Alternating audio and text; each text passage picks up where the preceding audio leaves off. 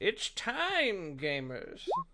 It's time to Oh. D&D. Roll for Flit, brother. Oh no! That is a mucho bad roll for Flit, brother. Hey. Get the best rolls out of everybody. The middle ground.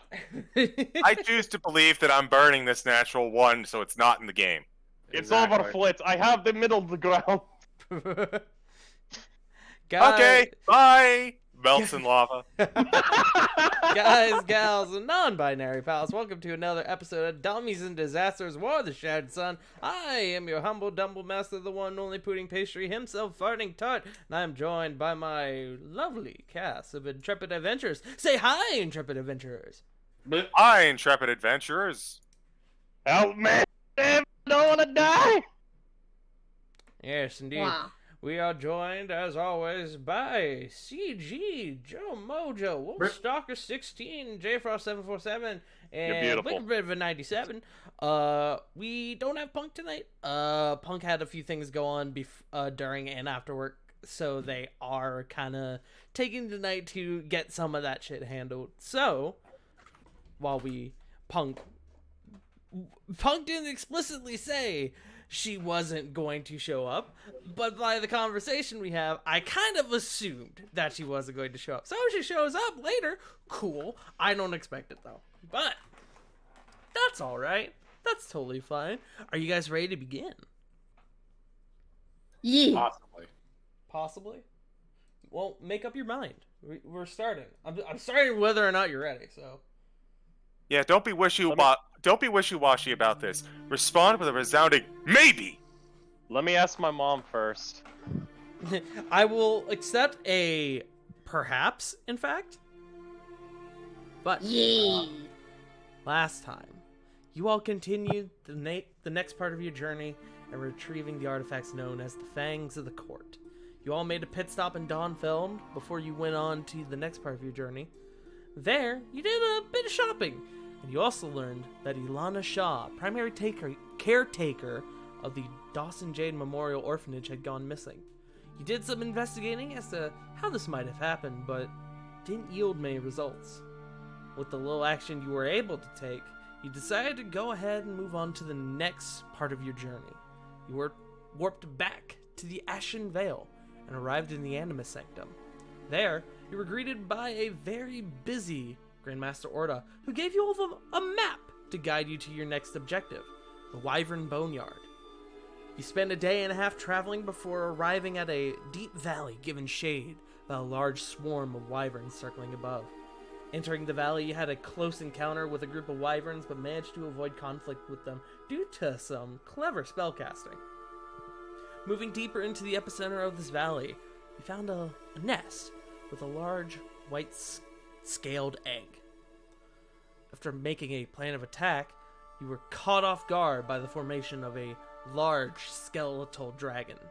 You all engaged in battle with this creature, defeating it and retrieving the egg before making a swift retreat out of the valley.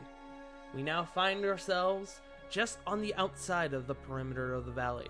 You turn to see if you have any pursuers, but you seem to be in the clear. You have a giant ape among you. What would you like to do? Is there any chance we could count this as a short rest? No, absolutely not. You guys have been running for probably the past 20 minutes to get out of there. Could you, Unless you guys want to sit in the middle of this desert and do it, or this, I guess it's more of like a plateau. You could, but I wouldn't recommend it. Can I slap myself with healing? I should clarify, you guys can still see this large cloud of wyverns that is not terribly far away, considering you're just outside the valley. And you can see they're beginning to disperse somewhat, now that the major threat of the skeletal dragon seems to be gone.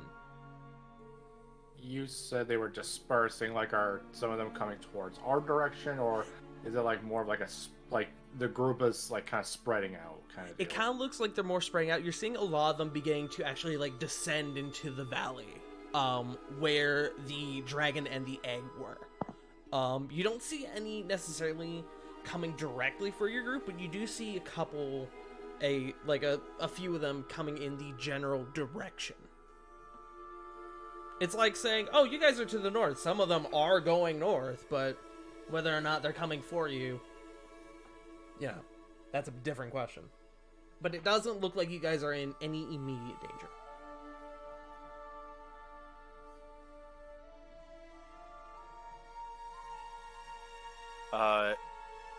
Monkey Flit, Giant Ape Flit, is probably just going to start making her way as fast as possible away from this place. Okay. You do see Flit, some of the wyverns kind of get generally close to where you guys are, and then they kind of give you like the what's the fucking term? Birth? Yes, the wide berth of like, fuck that, that's a giant monkey. Yeah, just every time they kind of get close, with just the two eyes point. Yeah.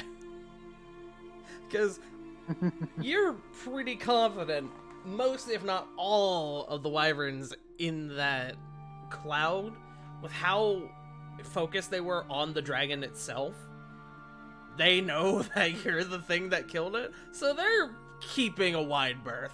Absolutely. You can see a couple who get like a bit too close because they know you have the egg, and you have to like turn and like kind of bare your chest and like howl at them. But you guys, I guess, continue to move. Definitely, I would recommend that, especially if they're afraid of big monkey Flit. Monkey. How long can you maintain that Flit that form right now, Flit? Well, I contained that Flit indefinitely, but that form I contained for an hour. An hour, okay. So we can get some good distance from there. I would say at this current moment in time, you probably have about 35 to 40 minutes as the monkey form left. That is a question I want to ask. What's the movement speed on Giant Ape? That is a good question. What is the speed on Giant Ape Flit? It's like 50 feet, isn't it?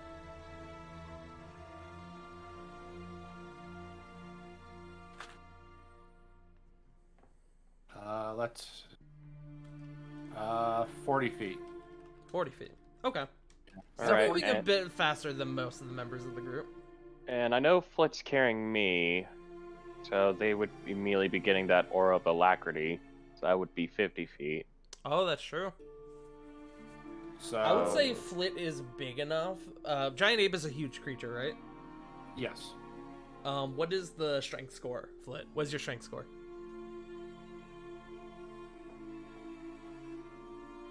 Flit? Oh, CG? sorry. +6. Okay. +6. You are definitely strong enough to where if you wanted to, you could probably carry everyone in the group. I was actually about to ask that. Sure. Monkey. I mean, I got no problems making use of the form while it lasts. Okay. So everyone kind of climbs onto Flit's back, and Flit just starts going. Everyone go ahead, and whoever's on the back, go ahead and make me we'll call it a strength save. To not get thrown off of the back of the monkey. A strength save, you say? Yes, I know you're very strong, Corbin. You're a big, strong Yes. I am very 17. strong of will. Okay, so forgive me for asking this. I'm holding the egg, but I think Flit's holding me. Yes. Holding the egg. Yeah, so everyone would get the advantage of, or the bonus from Ravon's aura. Oh, thank God. +3 to each. 19. Okay. He's. There's a joke. I'm not gonna make it. I'm still waiting on. Am I waiting on someone? Ravon. If oh, Ravon yeah, I has am to waiting make on it. Ravon. Oh, wait, I thought Flit was carrying me. Like, hand. Yes. Oh, oh, that's a good question. I would definitely be trying to keep Ravon and the egg safe. Okay. I'll say If you then need me to roll, I'll Rovan- do it. No, I'll say in that case you don't have to roll. But Flit, everyone seems stable. Everyone seems to have their grip locked in, and you just go. You are able to, with your 50 feet of movement as a giant ape, which if you dash would be 100, you are able to make solid ground in the last bit of time you have as this form. So I just... Can I make this dumb? I wanna make Absolutely. this dumb. So I like to imagine that Flit is trying to make sure that everyone has a comfortable ride. Mm-hmm. So other than Ravon, who Flit is holding close, everyone's just kind of sitting on the only place available, and that would be her arms. So she's just running away, T-posing the whole time. I was gonna say, I just imagine freaking Corbin just grabbing like the base of the fur, like, you know, that little tuft of skin. Yeah. Yeah, that's what I imagine that he's grabbing onto for dear life. Off in the distance, a Gregorian chanting choir is singing. So, you guys are able to make a solid distance with the rest of the time that Flit has back as, or that Flit still has in monkey form. I assume you guys are all heading back towards the Animus Sanctum, yeah? You're just gonna go straight back? Yes. Yeah. Okay. You guys make a solid amount of distance, and then once the form drops, you all do have to continue on foot, but you're able to make a solid distance for the with the rest of the day that you have, and then you all, much like before, you all bunkered down for the night, and everyone gets a long rest. Yay! Corvin, do you Thank have the God. spell slots to put up the dome? I could just ritual cast it. Bards don't get Ooh. ritual casting. Yes, They do. They do. They do. I Yes. have been. You know what? I think we've had this conversation before, and I think I was mentioning that I was lied to, and I was told that they don't. I'm about to start a counter of how many times we have this conversation. Whoever lied to you, Tart, you need to go slap them with a mackerel. I think we have this discussion about once a month. Probably. That's As is what tradition. happens when I've played like a bard as long as I have, and I've never done ritual casting because I thought I couldn't. It just kind of happens. But, But to anyways, answer your, but to answer your question, yes, Okay. I do have enough. But I'm just gonna say fuck it and ritual cast. okay, fair enough. You guys bunk down for the night. It's a bit hot and sweaty in the dome. Actually, it would actually be cold as to it would be cold outside because of the dynamics of desert weather, quote unquote. According to the spell, the atmosphere inside of the space is comfortable and dry, Yes, regardless of the weather outside. yes. Outside it's cold, but the dome goes up. You guys are comfortable for the night. The next day, you all continue your journey back, and with most of the day gone, you guys are able to get back to the Animus Sanctum.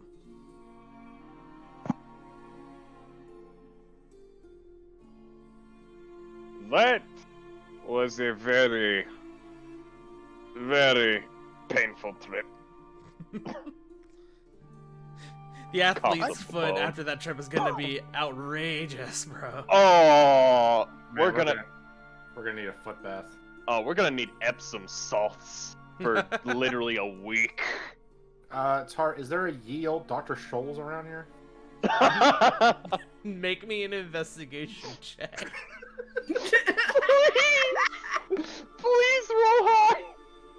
14? 14. You're not sure, but you do know that there is a collection of individuals within the sanctum who could probably take care of your athlete's foot if you have any. So if there is any ye old Dr. Scholes, ye old Scholes, it would probably be there. But you guys kind of begin hanging around after the long journey that was the trip back. You guys kind of decide to spend at least a few minutes relaxing before moving on to the next thing. And as you do, Grandmaster Orda kind of like catches on to the fact that you guys are here, and he comes and finds you. He goes, "So, how'd it go?" I don't know how to describe it, but giant bone dragon definitely comes to mind. That's... He just kind of has like this haunted look on his face. That was something. It hurt. It hurt real bad. You can see his jaw kind of like drop a tad as he like starts thinking about this thing. Goes, "That makes sense."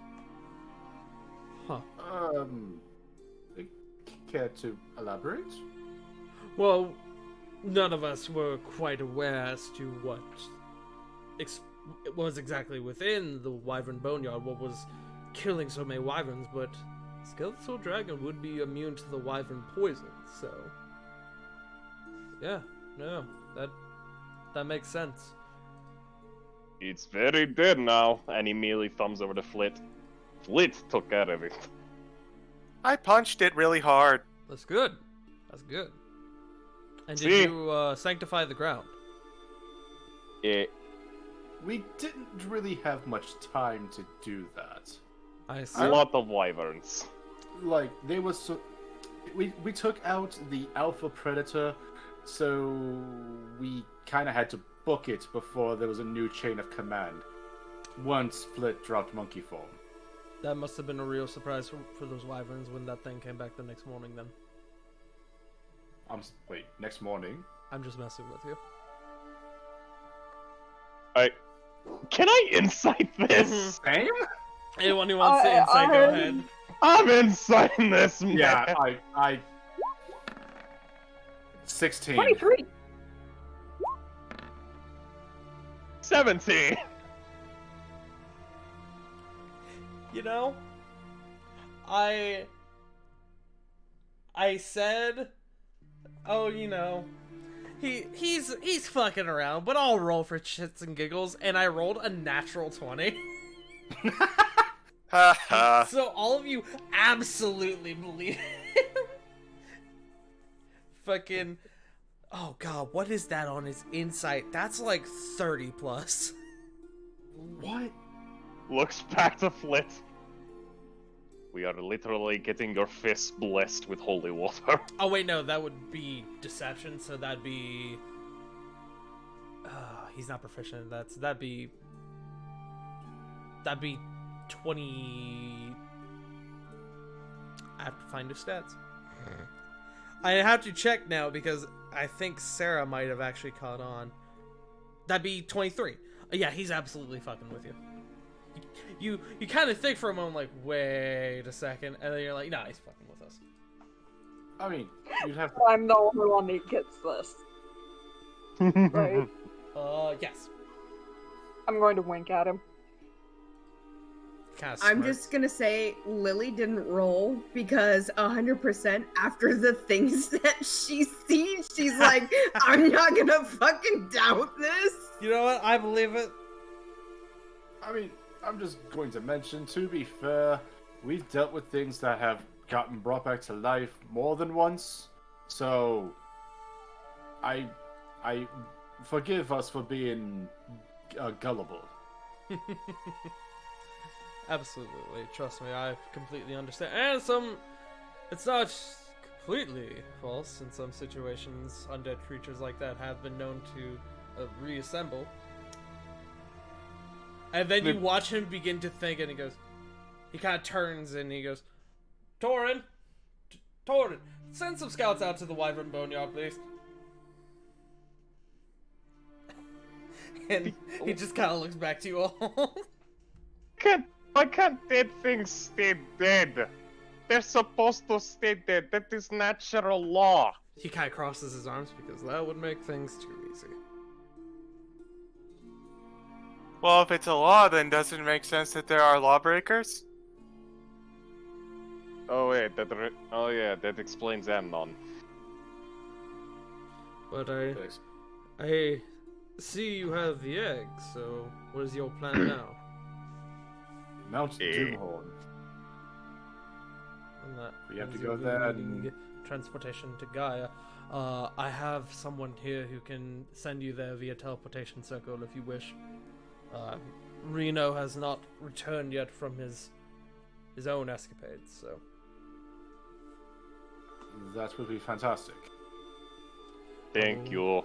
I will go and fetch them.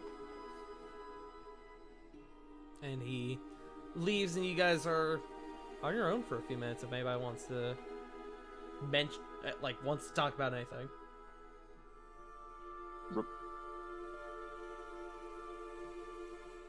Were you gonna say something? Yes, Lily just kind of mutters under her breath. You would think, as a captain, I've heard bones break. But, And she like shivers. Never have bones broken you. oh, I mean, I've had plenty of bones broken. But, it's something about the sound. It takes a bit. You'll learn to get used to it. Speaking of breaking, kind of looks over to the egg. How big of an omelet do you think this thing could make? Let's not until Don't we even do the think thing. about it. No, I'm not going to do it. I am many things, but stupid is not one of them. I'm not going to do it. Jericho is going to do it. He pulls out the cardboard cutout of Jericho. Roman, can we take a vote on that? Can we not talk about this? It is hypothetical question. I am only asking this. I think Sarah was asking for a vote on whether or not you were stupid.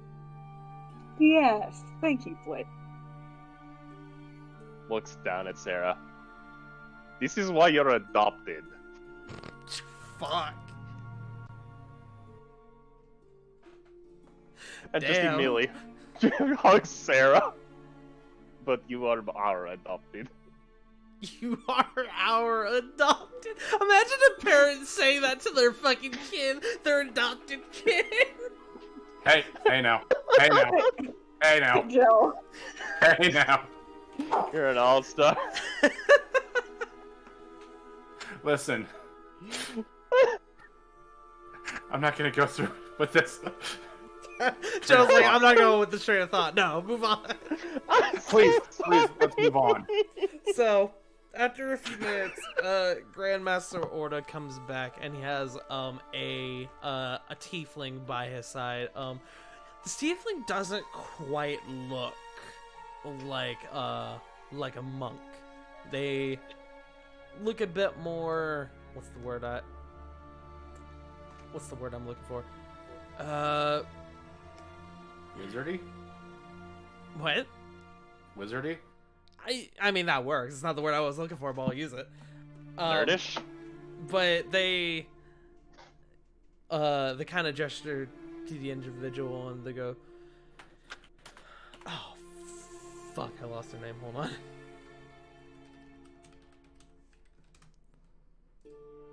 Grandmaster Orda goes, "Zephyr here will show you how to. We'll get you to where you need to go." And the pale colored tiefling kind of bows. "If you'll follow me, please." Okay. Following. Yeah. You all follow Zephyr to another chamber where you can see it actually is a pretty open chamber. It looks like the main chamber for one of the buildings, and so like to the sides you can see other monks going about their business. On one side you can see like a sort of like mini library that's kind of been set up, like a few bookshelves that monks are kind of like going through, a couple tables set about, and in the center, the hollowed out center, there is what appears to be a teleportation circle. So Grandmaster Oda says you are going to Mount Doomhorn, yes? Yes, and I'm terribly sorry. I could have done this myself. Embarrassing, really, but I'm all out of chalk. Do you have any to spare? Oh, there's no chalk required. This is a set-in teleportation circle, so you could just... It's for any of the monks to come and go as they need. In the back of Corvin's mind, damn it. But if you wish to go ahead and do it and save me the trouble, I won't say no. Like I said, I don't have any. I'm sorry. No worries then. In that case, if you're going to Mount Doomhorn, and you can see they start thinking, and they start like making gestures in the sky, in the air, kind of like, almost like they're plotting coordinates.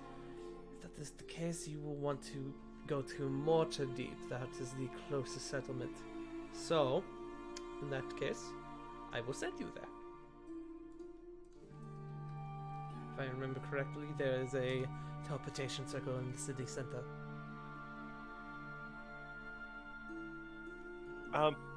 Is it like a big city? It is a large underground city, yes. From Mount Doomhorn, it's a few days' journey, and those days are going to be perilous. So, if you don't already, I recommend buying heavy winter clothing when you are in Mortardeep. Is there any locations you would recommend while we are there as well?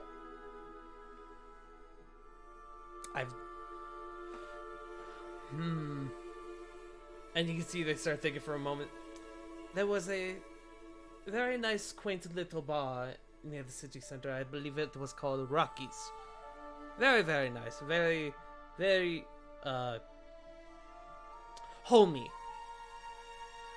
If you want a drink, or if you need to stay the night there before you go on your journey, that's probably a good place to do it. I believe it is a tavern. Writes this down. Or an inn, sorry. Thank you very much. If you're looking for a place to buy winter clothing, I recommend, what was it? And they kind of like start snapping their fingers. What was the seamstress? Pins and Needles, that's it. Run by this lovely deep gnome named Penny.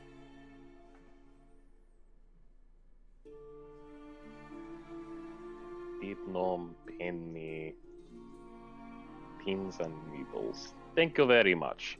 Of course. What was that bar's name again? Rockies. Rockies. Thank you.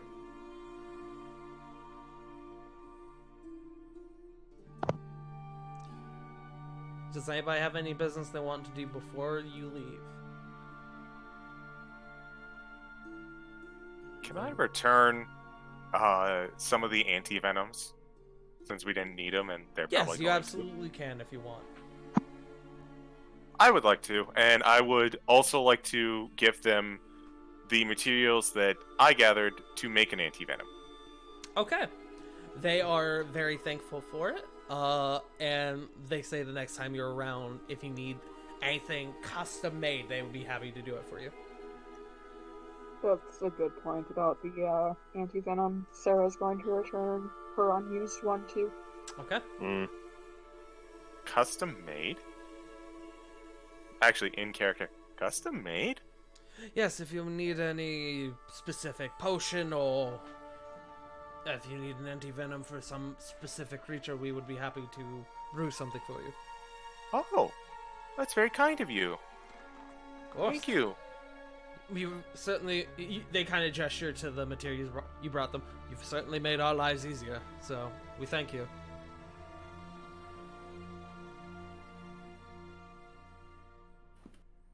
Alright, just writing this down. You have a favor from the Animus Sanctum Brewers. Way to go, Flip! Alchemists. Brewers are a different kind of thing. Here's a potion for your brother. They just hand you a beer. I mean, what is a brewer but an alchemist of the party?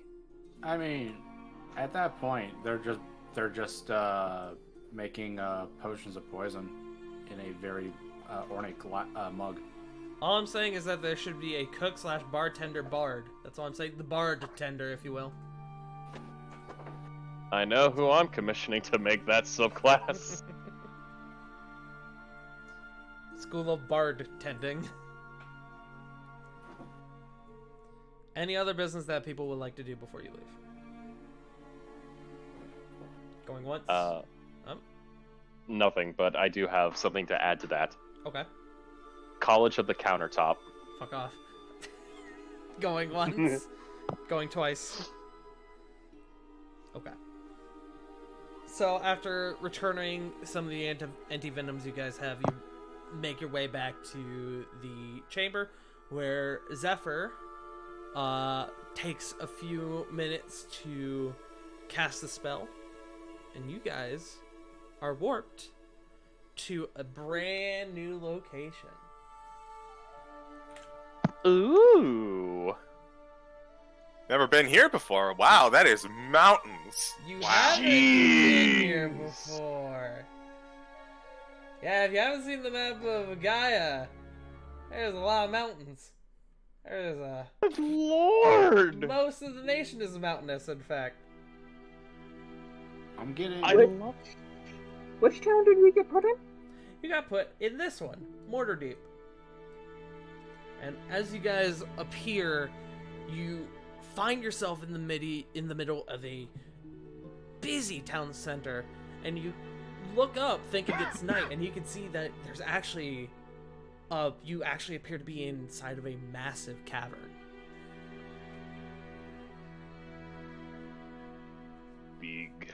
You look down and you can see below you the where the bricks have seemed to be completely built into a huge teleportation circle.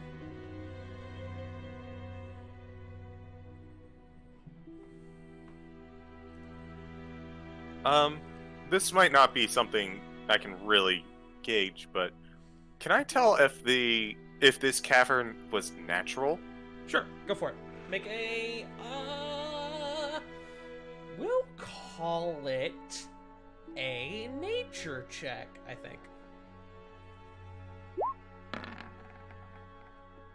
20 man. 21. Anyway. Looking, it's kind of hard to see because you are in the middle of a busy town center, and the town itself is quite bustling. It's actually kind of like looking around, you can see the city is actually quite large. There are like taller buildings kind of like off a bit of ways, but looking up you can see that while the majority of the cave itself seems to be natural, but there seems to definitely be evidence of where at least some of the stuff above has been like dug away, where maybe there were like stalactites up top that maybe got cut down so they wouldn't drop on people's houses. So, but for the most part, it seems natural. Very pretty. And this being the town center, a couple people like kind of like give you the side eye for a moment as they see you appear in the middle of the town center, but most of them don't really pay you any mind. They just kind of go about what they're doing. Hey Tart, question. What? The wizard looked. Zephyr mentioned this. What a deep gnome is the. Is most of the populace here like more like Underdark races, or is it like still like a kind of a mix? You look around, you can see that there is a large dwarvish population, but it's actually pretty diverse. The ones that you see the most of are probably dwarvish and Goliath, but there are a few more quote-unquote Underdark races. Like there would be a surgeon drow, there would be a surgeon deep gnomes, but it's still quite a diverse population, as this is a large city. At least most of us can speak half the languages, looking at the populace. Question for the group, because I realize I probably should have been asking this question as you guys have been warping around. Does anyone have the keen mind feat? That's on my list, but no. Keen mind. Remind me, what is that?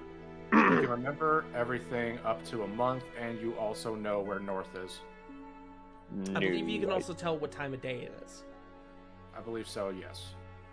And that's the main reason why I'm asking. I do not. Nobody has it, no big deal. I was just wondering. So, in that case, none of you know what time of day it is.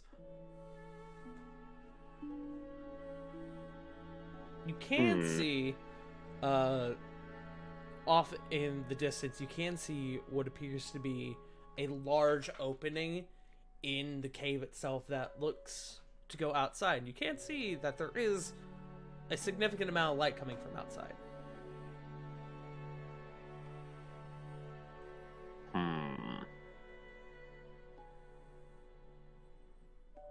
Before we get started on our journey, I believe if we should probably get some, well, winter gear for the non-prepared.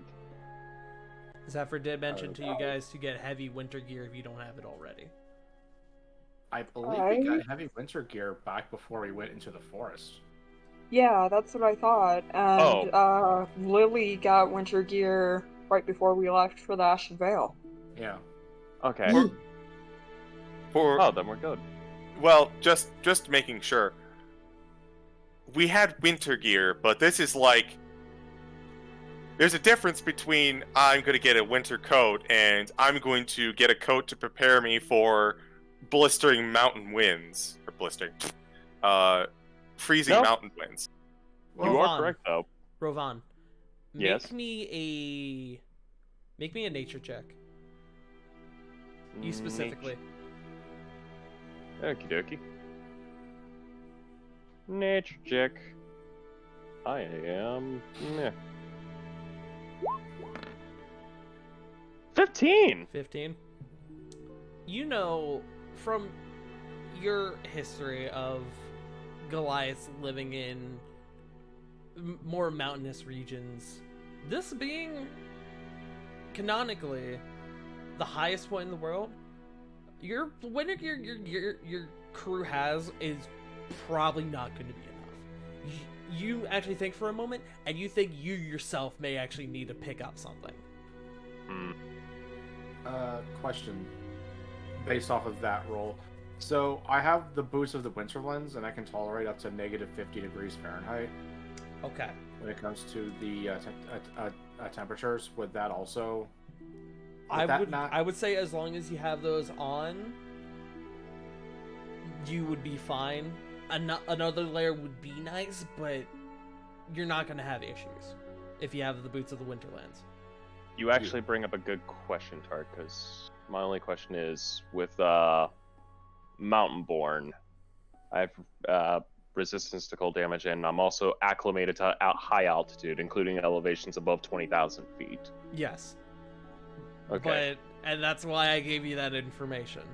Gotcha. Because I knew So you had definitely that picking up a feat. cloak. Yes. Definitely picking up a You cloak. don't need to get heavy winter gear because you are acclimated to colder temperatures, but you do think, yeah, maybe I'll grab a jacket or a cloak just in case. Yeah. Probably, like, a big one that can be used to huddle up maybe another party member if needed. Yeah. Okie dokie. But you do think, okay, maybe we should double check and make sure we're good on gear, on winter gear. Mm-hmm.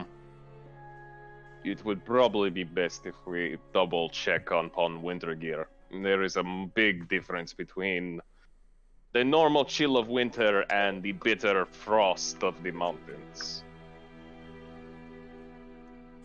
The J Frost? Yes? The J Frost? Yeah. The Oh, you! Mm. Anyways.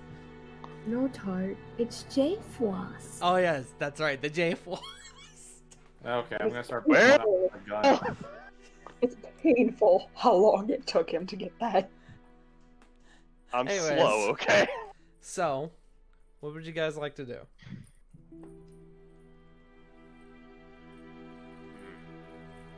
I mean, I'm not gonna argue with the big guy on this. If he thinks that we need to go get our gear checked, maybe it's best. It does have a certain impact when the Goliath says, maybe we should get more winter gear. Yeah. Like to see if any of the locals know of any animals that might live up there. Okay. Oh, yeah, true.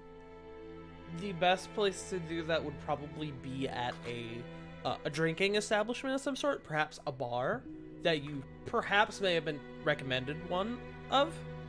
Oh no, man, that seems like we're going off some rocky information. Maybe. I don't know. We're gonna need some rock hard evidence there. I don't think we got the stones for it though. Yeah. Flit, are you gonna go to Rockies to gather information? Yeah, I think while everyone else is kind of getting the winter gear, Flit will go for the information. Okay. Corvin would like to go with Flit. Oh, I was going to say, sir, I was going to. I mean, technically speaking, because of magic item, I'm already acclimated for mountain weather. So With those boots, you should be good, honestly. yeah. And Also, sorry, go ahead. I was just saying, there's no problem with both of you coming. Yeah. You guys the entire group could go as, like, if you guys wanted to do one thing at a time as well. I mean, the world is your oyster. It's a D&D setting! Huzzah! I'm not going to tell you you can't! If you don't go now, the seamstress is going to close! Actually, that is a good point. Get it? Close? Nice. Man, That's I'm on a roll tonight. Get it? A roll! Ah! That one wasn't even on purpose. Man, you're really caving in these puns, eh? I'm I feel like this trying is my more of best. an uphill battle. Anyway, I'm giving you guys one more before I go to the next place. All right. Who wants so, to time it? Last one. Last one. Whoever's got one. Anyone? Anyone? Going once. Hank, Going twice. but if you put me on the spot like this, I mean, we're really moving in from cradle to gravel. you can't really slate in these puns, man. You have to at least That was give me two. a We're few moving on. moments. That's still we're moving. Really? So who is going to the bar right now? Yo, Sarah will. Flit'll go. The rest of you go to the Pins and Needles to get more winter clothing for your group. But those who go to Rockies, let me change the music. I need tavern music. I agree, puppy. My dog just yawned. Aww. big pup yawn. You all go over to Rockies, and upon entering, you can see that there's a decent crowd inside, and you can see there is a large Earth Genasi man behind the counter, and in front of him there appears to be a young hooded girl, probably just barely 18, short black hair and a grown-out pixie cut, hooded tunic and leggings with a burly fur coat over it, in her right hand a staff that looks like a large ivory branch that curls around a finely cut striated piece of what appears to be rose quartz or something of the like, and around her neck a simple necklace with an amethyst embedded. And she's like kind of like peering over the counter, and she goes, "Come on, please, do you know anyone who could take me up the mountain? Do you know like anybody who could take me, or at least know who can get me close? And the bartender goes, I'm sorry, kid, but not many people go venturing up Mount Doomhorn nowadays. So it's a rough journey, and for someone like you, I definitely don't recommend it.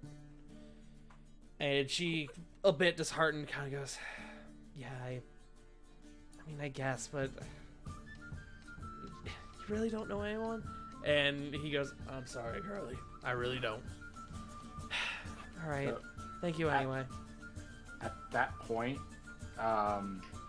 Corbin would just kind of like just slide into frame. Any particular reason why no one wants to go up the mountain? It's just a really bad journey, and around this time of year, the weather gets extreme. It can get really bad. Some would probably sub 35, if not lower.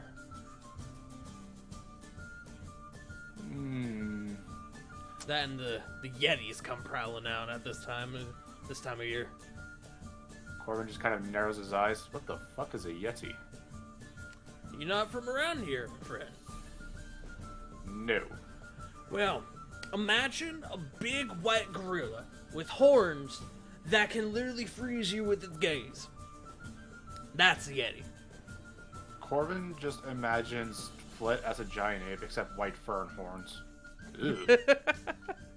I was just gonna say, mention of gorilla, Flit slides into Frank. No. So it's a cockatrice or basilisk, but in the form of a gorilla. Fucking cockatrice. I said literally freeze. I didn't mean literally. It's well, actually, no, literally. Except for stone, instead of stone, it's ice. They have a chilling gaze, if you will, and with the increase in snow because of all the snowstorms coming and going, they blend in even better. So I don't recommend it. And recently, it seems that some of them have been taking out entire groups of adventurers. So I'm happy here in my bar, he says, like patting the counter. Flit's gonna look to everyone else. But we're a group of adventurers. They could take out us. Going off of that, he just kind of points towards Flit, looks towards the hooded person. Why are you so gung-ho about going up there? She kind of turns and looks at you. And she is, again, a, like, baby. Just absolute baby. Just barely 18. She looks at you and goes, well, and she kind of, like, sighs a bit. On her deathbed, my mother stated that her only regret was not being able to see the world. So, I promised her that I would leave her ashes upon the highest point in the realm, so that she may see it where she may see it all wherever she looks. And Out of character. Oh, sorry. Go ahead. No, go ahead. This is just more pure speculation. Is there like a giant bald bearded dude with like tattoos all over himself, kind of white in skin? There is not. Ah, well then. Hey, Tart hasn't played that game, I don't think. Above game, I'm actually unsure as to what you're referencing, so I'm going to just say no. Yeah, let's leave it at that. Okay. I had to go for the reference for. Yeah, but it's okay. It's okay. I am curious as to what you're referencing, but she looks at you and she looks at your group and goes, I'm terribly sorry. Are you all planning to head up the mountain? She says, kind of clutching her staff to her body. Perhaps. Would you be willing to take me? I could pay, and I could fight. I'm a caster. So what kind of caster are you then? I'm a druid. We already have a couple of those. I could pay, please. I really need you up the mountain. Are come you so far. Ma'am, are you dead set on getting up the mountain yourself? Or would you allow us to take your mother's ashes and spread them? I would rather do it myself. I would feel bad not doing it myself, because I promised her I would do it.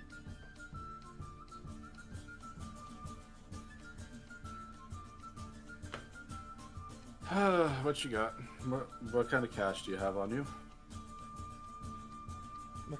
What kind of casting do I have on me? Cash. Oh, Like, cash. Coin. She Sorry, kind of nothing around it. begins fumbling around with her stuff, and she goes into her coin purse, and let me roll up how much money she's got.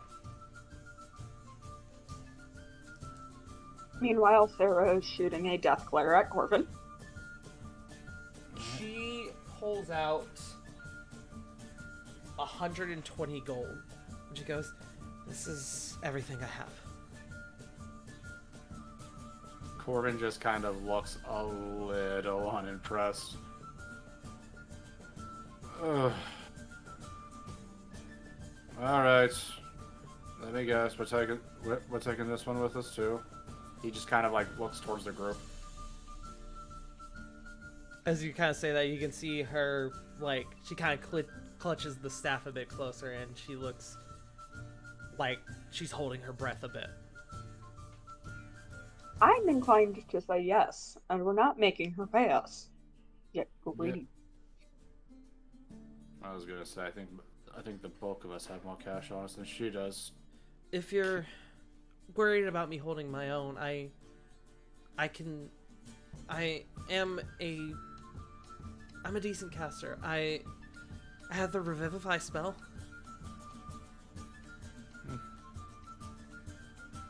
No. That's useful. Do you have the components to go with it? Well, yes and no.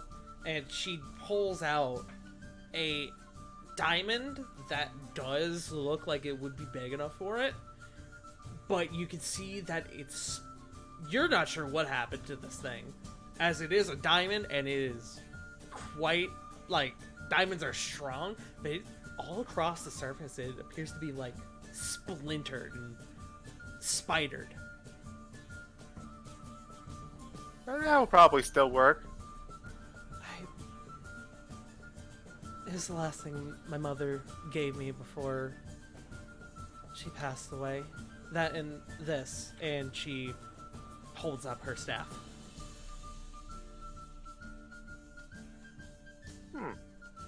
Well, is the Revivify spell, like, the strongest spell you have? I only know 3rd level spells.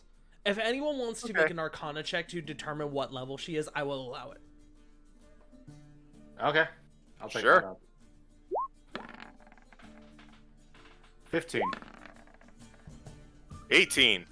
Corvin Being a druid gives me an advantage. I would actually say yes. Corvin and Flit, she is level 5. She's a level 5 druid. So she's gonna be hanging out in the back, depending on what kind of druid she is. Yeah, that was kind of where I was going to lead up into. So I'm a druid myself, actually. Oh, really? Yeah. My thing is I can turn into animals. Okay. What kind of druid are you? And you can see at that question she kind of retracts a bit. Well, I'm not like a lot of other druids. How do I describe this? I'm a spirit guide. Okay. Could you go into a bit more detail about what a spirit guide does?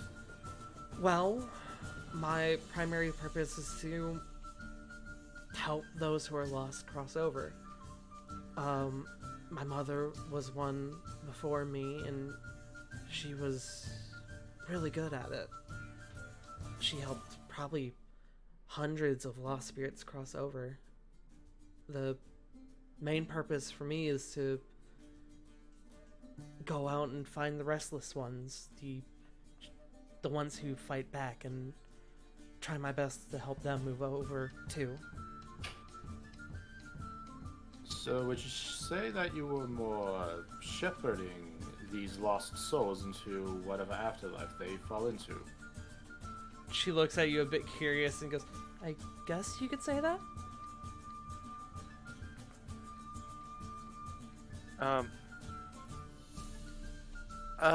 Well, the trek's gonna be dangerous. Are you prepared to go up the mountain? Like, do you need anything else? I just need a guide. I've been ready for days now. I even went out and bought a bigger cloak, and she kind of ruffles her coat, and it's a heavy, fur cloak. Like, this is kind of like the gear that you want to have when going up a mountain like this. She has heavy fur boots and big cloak. Oh, well, if we're going to be assisting one another, names will have to be exchanged, especially with the rest of our group who are currently outfitting themselves with heavy winter gear. Oh, there's more of you? Yes, three wonderful. more. I'm Kieran Carlisle, and I will put that name in the chat. Kieran Carlisle.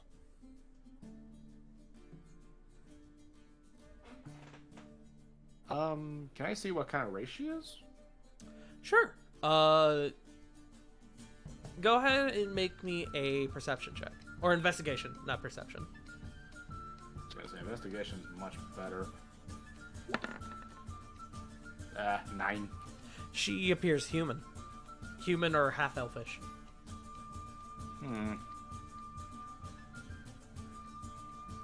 Yes, there's a few more with us. A giant Goliath man, a gnomish woman, and I'm not sure if you've ever seen them before, but a water genasi lady. Oh, yeah, my mother knew a woman who was a water genasi. Do you guys have any other druids in your party? The water genasi lady, and as well as Flitz. Oh, okay. And she kind of smiles happily and innocently, and she's like, okay, so 3 druids. That's good, I think. And every time she kind of speaks, you can see her clutch the staff a bit more, almost awkwardly so. Well, I've just been looking for a guide, so unless you guys have anything else you need to do, I'm ready to go whenever you are. We'd have to gather some more information about the mountain itself. I assume since you've been ready for the last few days, you have done your own research. Yes, I know that have been frequently more snowstorms. I know that it's gotten colder. I know that there are yetis, polar bears, dire wolves,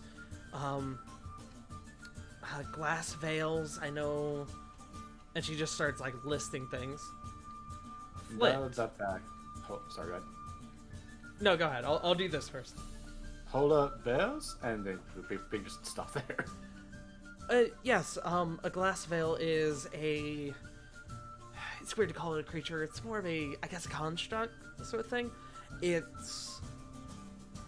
Imagine a spider web made of ice that is nearly invisible to the eye, and once you get caught in it, and she does air quotes, it begins to cut you up, almost like wires.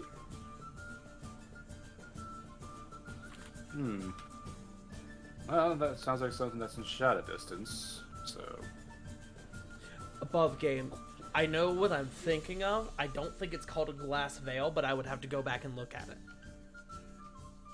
I'm just thinking cryogonal. That's all I'm thinking of right now. Hold on, let me see if I can actually, now that we're actually on the discussion, let me see if I can find it real quick. Because I know I have it in my thing here somewhere. I think that's the wrong folder. Yeah, it is.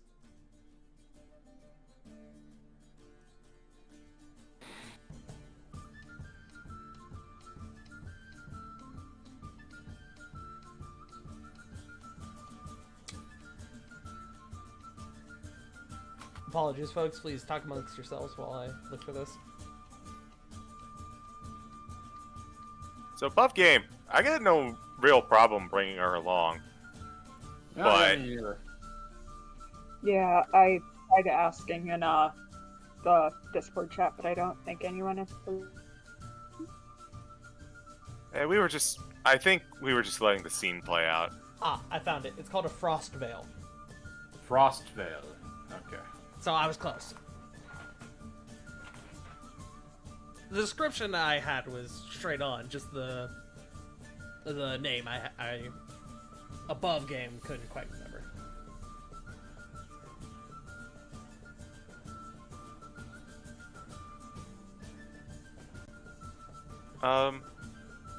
Foot's gonna pipe up. Well, you were looking for a guide, right?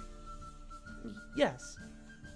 Well, wouldn't we be bringing along be more like an escort? Because we don't know enough about the mountain either. We might need a guide too. Flip. I do remember I was going to do this. You remember by identifying the journal that your group currently is not specifically heading directly for the mountain. You're actually heading somewhere close to Mortardeep. A sort of, you're looking for a altar. There's a based on the map of the region and your knowledge of the journal, there is an altar on a plateau about a 12 hours journey from here. See. There is actually a map in the journal that guides you from Mortardeep to this altar. And the altar is to a creature known as Icenereth. And I'm going to type that up for you guys. Icenereth. So we're not actually going to Mount Doomhorn. We're going somewhere close to it. You're going somewhere close to it, but you know that the reason you got the egg was so that whatever this Flit, you can piece this together if no one else in the group can. You know that this egg, according to the readings in the journal, is for you to negotiate passage with this creature from the altar up to the top of Mount Doomhorn. Oh, I get it. You're paying a toll. You're doing Fast Pass for Space Mountain. Because Okay. what this will do is that this will prevent you from having to climb the highest mountain in the world. Ah! Does the journal say what kind of creature Icenereth is? It doesn't say specifically. You remember that there are a couple quotes of like people like describing what it is, but nothing seems concrete. But it seems to be a large creature of legend that people in the local area seem to worship. Or at least some of them seem to worship. Or at least respect. They don't see it as a god, but they respect its power and they think it may have some influence on the weather in the region.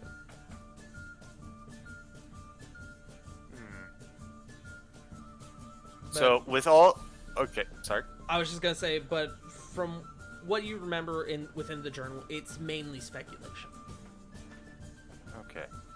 So taking all that in...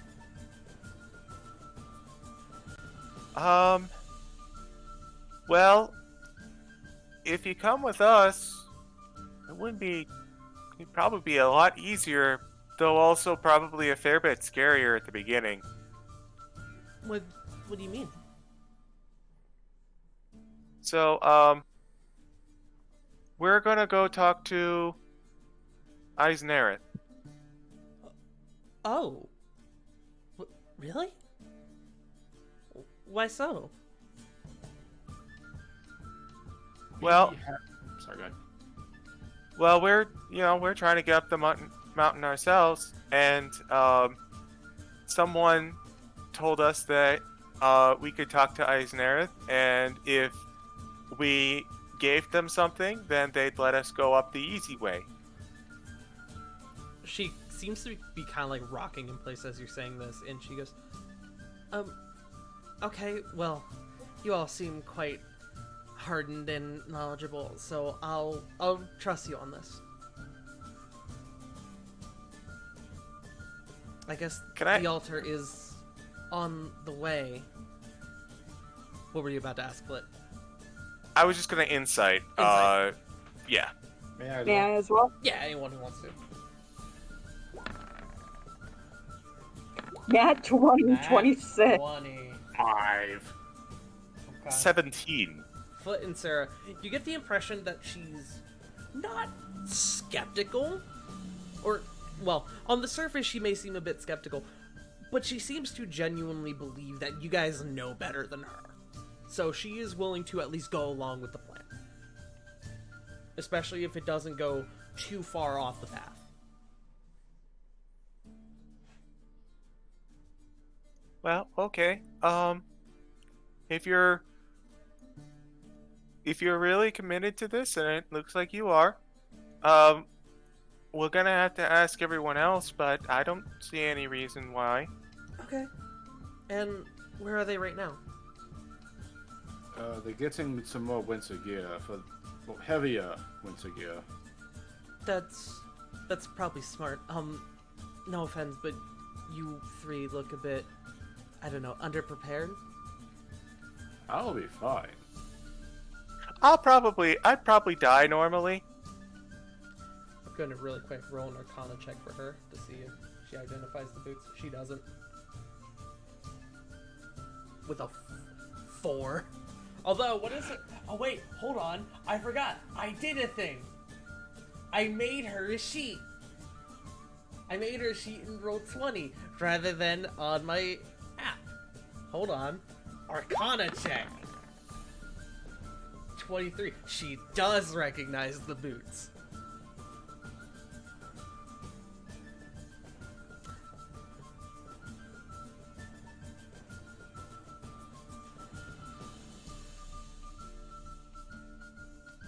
So,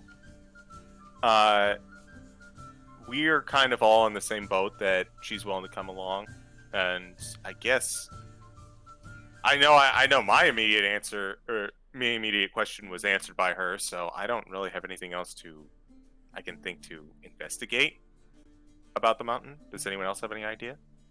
I'm perfectly fine with it. The only thing Joe and I seem to disagree on is making her pay.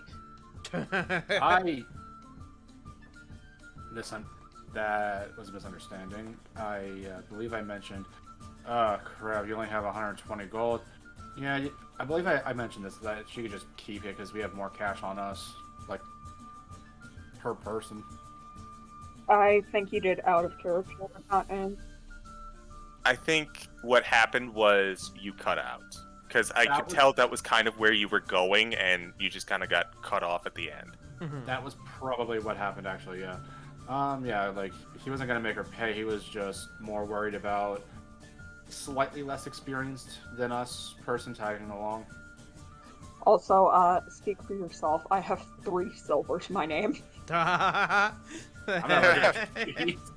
Hope somebody's willing to pay for Sarah's winter gear, because that ain't gonna cut it.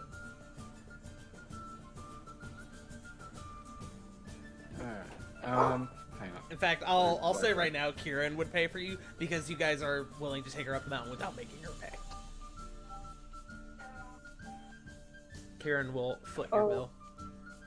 Oh god, normally I would tell her no, but I really don't have the option.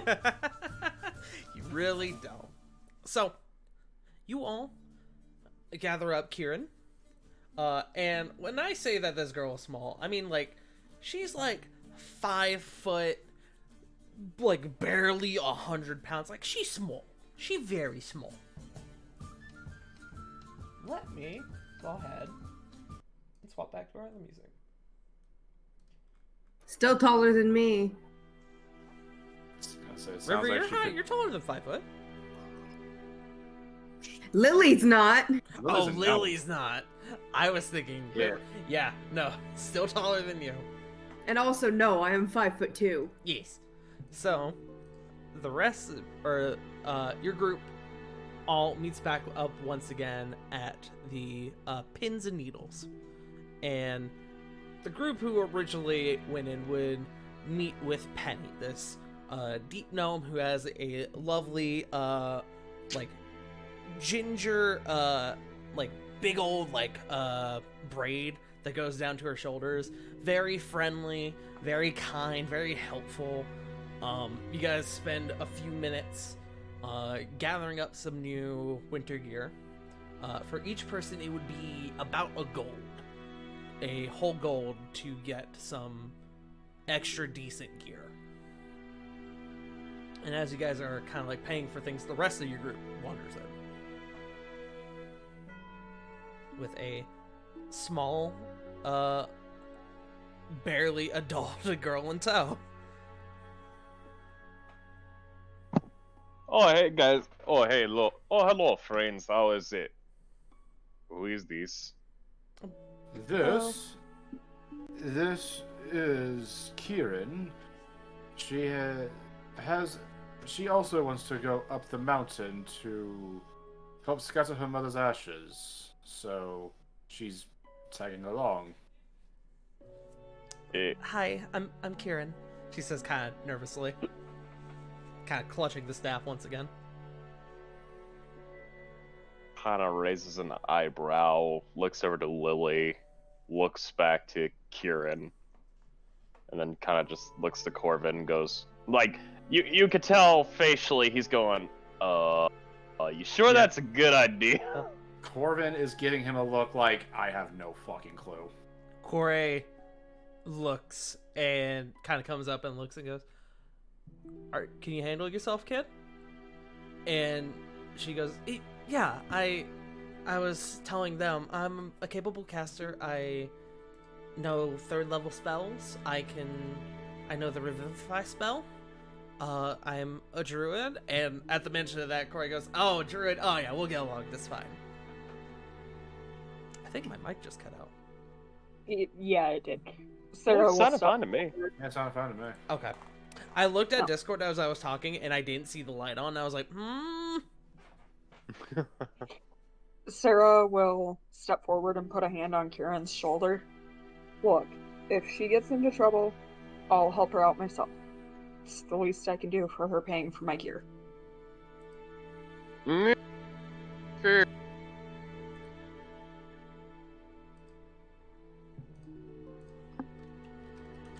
was that? yeah, can you repeat that, Ravon? I just Oh, heard, my Really? Okay. Who knows, this might turn out to be a blessing in disguise.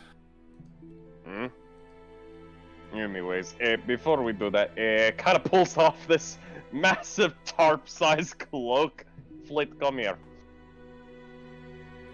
Ravon essentially has a king-size comforter right now. draped Yeah. across his Oh, shoulders. God. I need you to come here. We need to get this tested upon you. You need extra warmth considering you are cold blood. Ravon, you could, looking at it, honestly, probably wrap Flit up as a burrito if you wanted to in this cloak.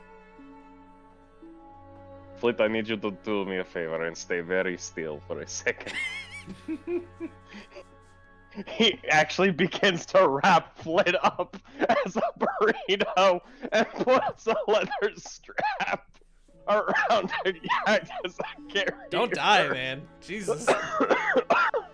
I Flit, was laughing while trying to speak, and it coughed, and it killed me.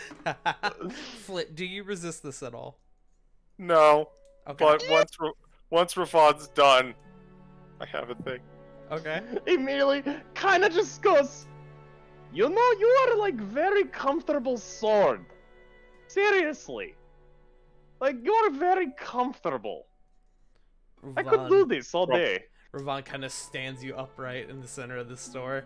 From the Kieran is looking on, horrified. from the wrapped up Flit, there's just no sign of her. She's just completely covered by this tart, except like at the very end, she just kind of like sticks her tongue out. So, What?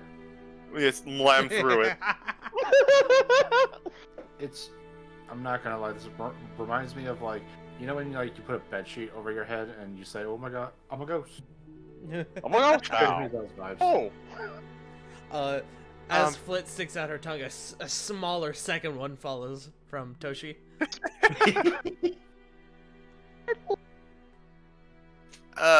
Ravon, I don't think Yes? this will quite work. Nonsense, it will work. Believe me, you need all the warmth that you can. I mean, worst come to worst, I can transform into a polar bear. Yes, but you will be polar bear that has extra warmth. The fuck is a polar bear? Wait, also, what is polar bear? I'm not entirely sure, but I assume it's a bear that's really good at living at the ice. And I was just told that they're up there.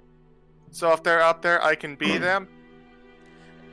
Kieran looks like she's about to speak, and then she kind of thinks about what Flit just said and kind of goes, "Yeah, that's about it, actually."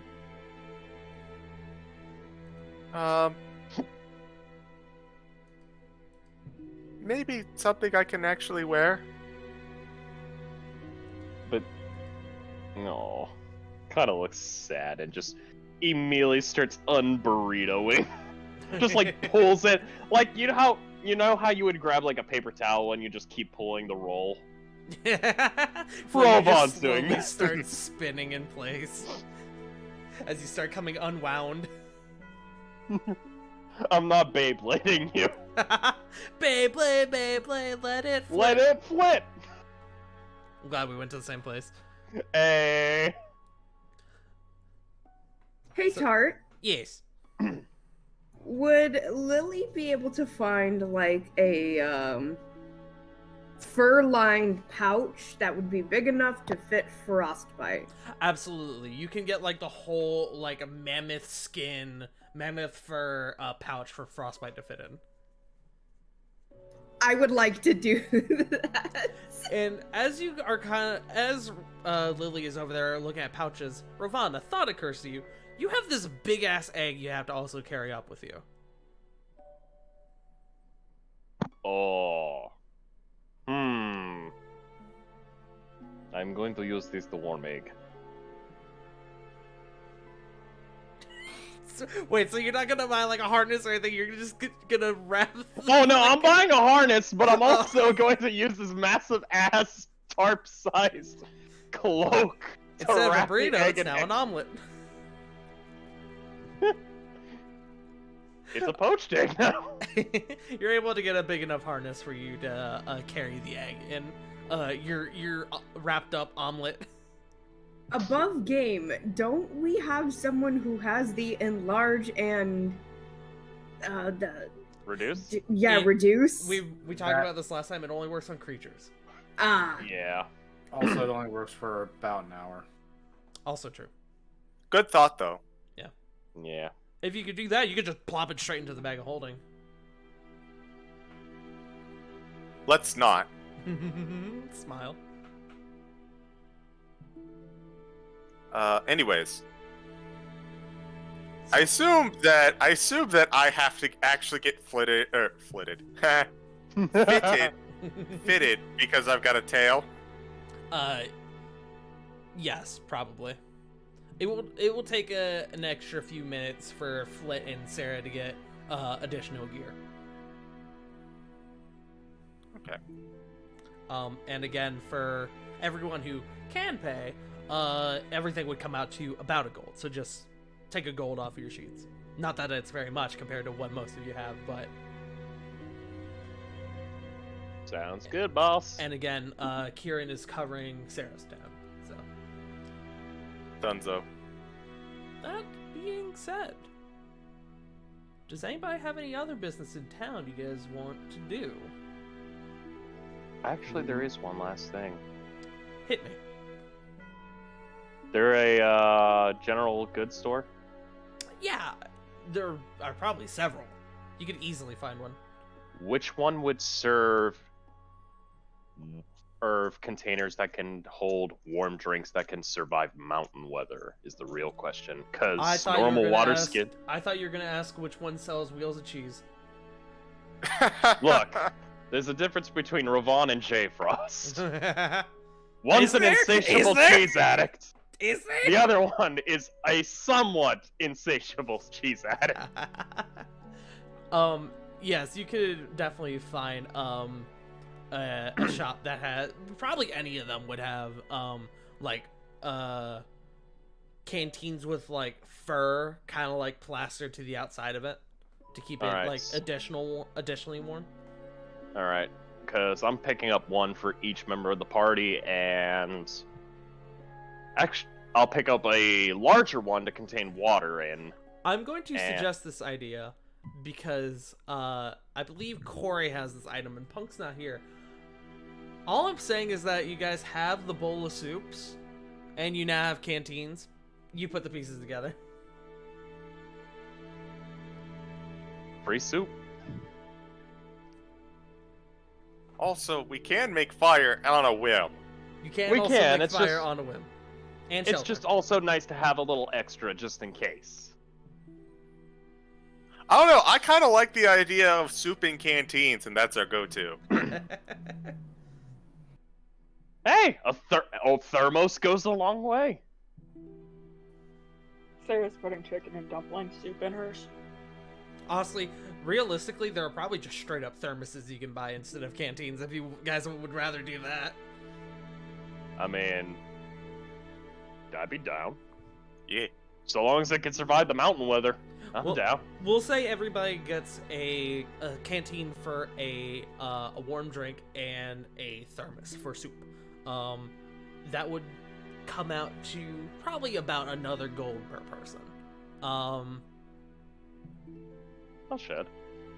Kieran will again cover Sarah's tab. Okay.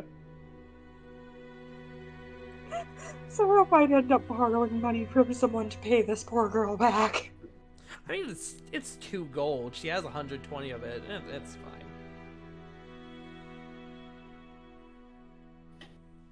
Yeah, but Sarah doesn't like being indebted to people. I mean, you're technically not. You're taking her up the mountain. Technically, she's indebted to you. It's true. Going up a large, treacherous mountainscape full of yeti, bears, and wolves. 2 gold. Oh my. So, my question now. Are you guys going to leave now?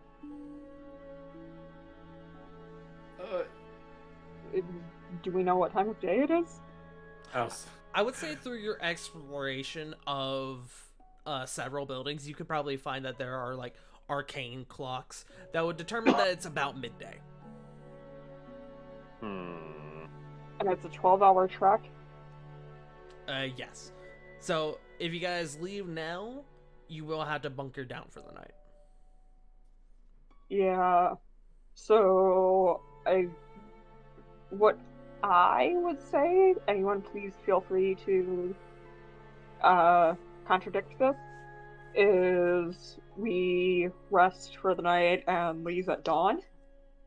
Oh, I'm all for having something warm to sleep in before going out into the freezing cold.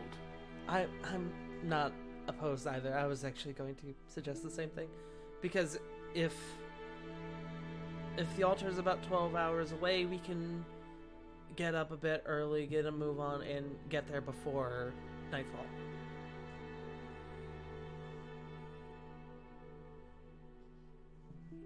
Assuming we make good pace, but yes. Well, yeah, that's if we don't get distracted by anything. Well, Sounds like a winner to me.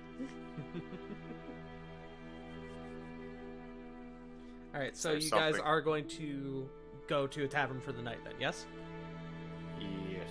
Are you guys going to hit up Rocky's, or are you going to go to a different place?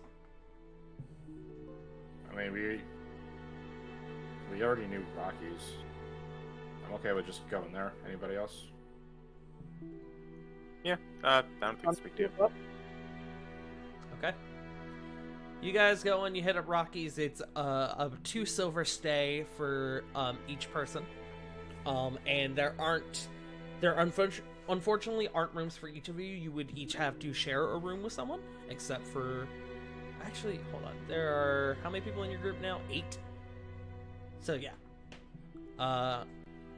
Yeah, it would be 2 silver per person. Well, I guess technically 2 silver per room. Yeah, it'd be 2 silver per room. And so you guys will have to double up. I Okay. can make the note. And Sounds I'm good. paid. Yeah, now you can pay. Now you're flat broke. No, I have 1 silver. You have 1 silver. Hey, 1 silver is 10 copper. All right. You have $10 to your name. So, you guys spend a nice warm night, get a full meal, get some drinks, and have a bit of time to rest. Would anybody like to do anything before we end the night? I would like to do something, but if Joe has something that they want to do, they can go ahead. Nothing really big. Corbin was just going to send a message off to Aura. Okay. Kind of giving an update of the day's events, asking her how her day is.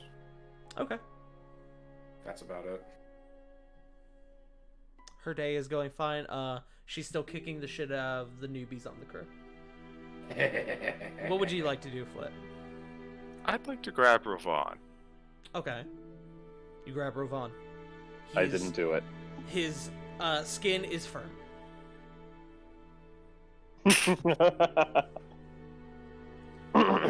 Hey, Ravon, Yes. can you do me a favor? It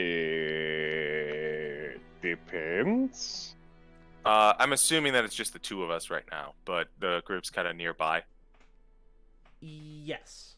If you would like to go off on your own, easy enough. No, well, still just kind of being in the vicinity, that's fine. Okay. I'm just gonna whisper into Ravon's ear. Can you do that thing where you kind of like sense if there's bad guys around? Oh, you mean? Yes, of course I can. Here. And Ravon kind of just like closes his eyes for a quick second, takes a deep breath in, and then just as he exhales, he opens his eyes, glowing a little bit, casting good old-fashioned divine sense.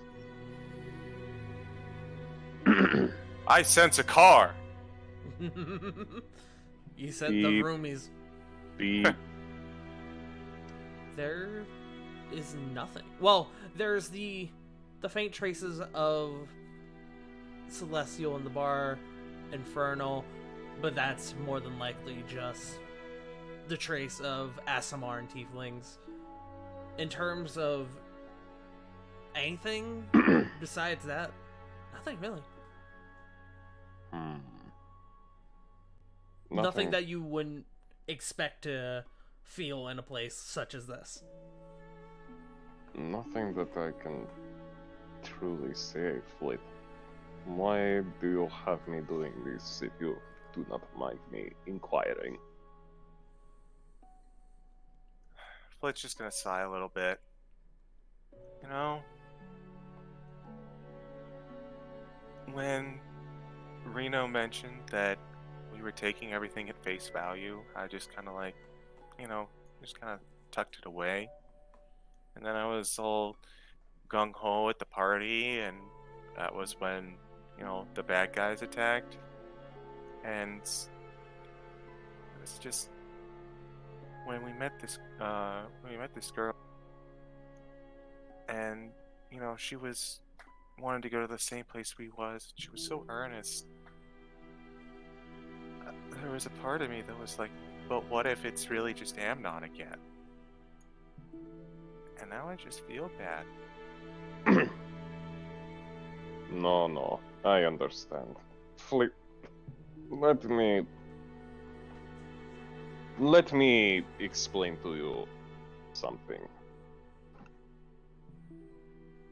Long ago, my father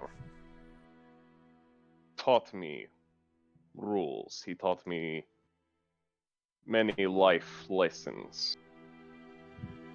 In fact, he taught me practically 48 laws to always follow. What you are experiencing would be the second law.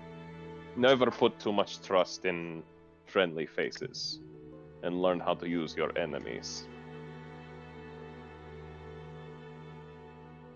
Basically put, people are more likely to betray you in haste as they are more prone to more subtle, envious thoughts and ways.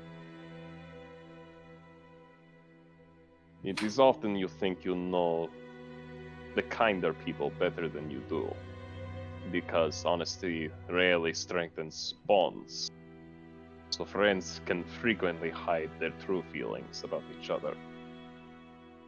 And as people want to feel they deserve their good fortunes in putting their faith within a kind face, they can feel undeserving and ultimately more malicious and resentful instead. Kind of leads into the third law my father taught me, which is conceal your intentions, but I get what you're saying.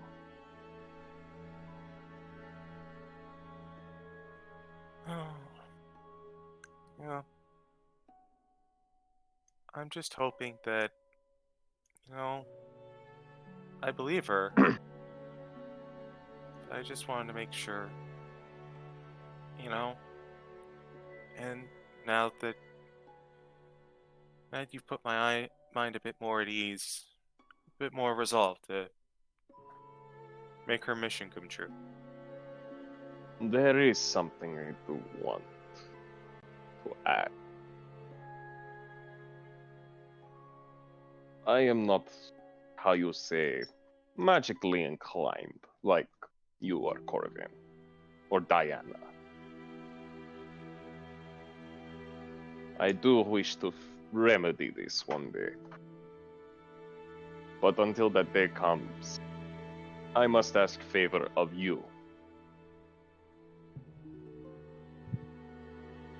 Huh?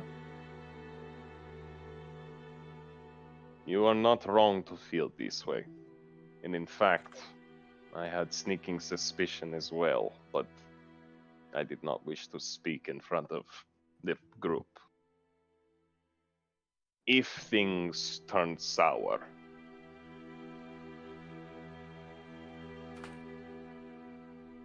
make sure that, we cannot allow an item, any item of these fangs of the court, to fall into the wrong hands.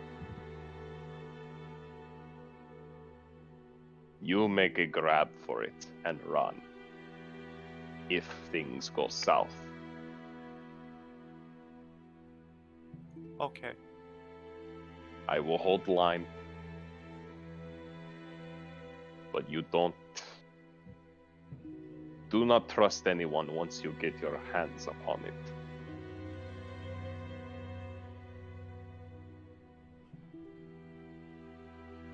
Yeah. I miss when I used to be able to just kind of trust everyone. God, we all do. But that is the problem. We live in a world where trust is not always the case. So, we must prepare for worst case. There is old adage. Hope for the best, prepare weapon for worse. Foot will just nod and she'll head off to bed. Get sleep. And Ravan will kind of put back his nightcap on and just head over to bed. Okay. Anyone else? before we end the night? Actually, there is one thing Corvin would like to talk to Ravon about. Okay. So, like, as soon as Flit leaves, he's gonna get another knock on his door, or whoever he's rooming with. Kind of just open door up a little bit. Ravon's opening up the door and peering out, but behind the door, Ravon's holding Tempest Bane, kind of like shotgun style to the door. I like to think Jericho's in there like, what the fuck are you doing? They just knocked on the door! Shh, no. And that's exactly what I want to talk to you about. The door? Looks at, points, gestures towards the spear. You're gung-ho to kill anything that comes across you. Well, considering track record, I have reasonable paranoia. Yesterday, you were about to get us into a situation where it would have been us versus 3 of those wyverns.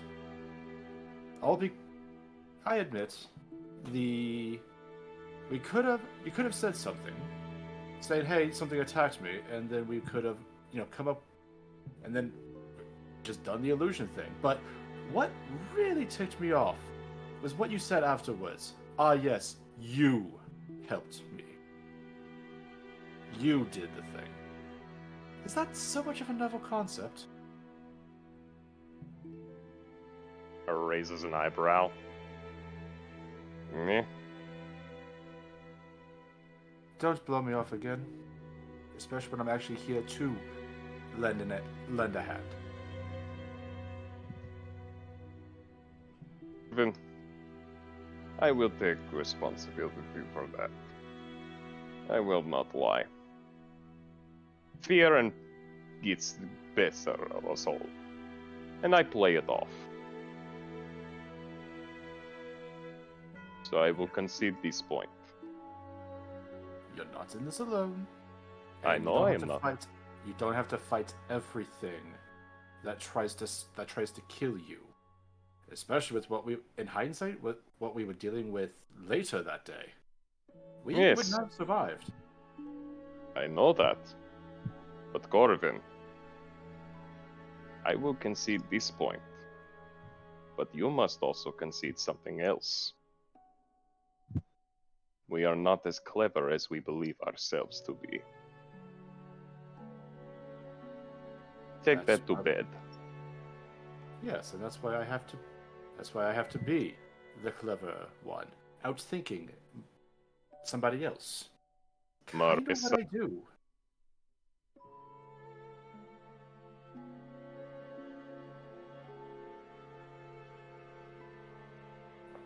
He asked that. Asks what? He asked Marissa. I'm still playing that very long game of chess with that woman. And I've got a couple of ideas and plans in mind. Corvin, let me tell you the thing about plans. Plans do not go as planned. No, that's why you have a few goals. You nudge one of those goals into a particular direction, see how that reaction goes, and then see what happens next. You don't make a distinct plan. You just give vague directions. And sometimes they fall right into your favor. But allow me to counterpoint.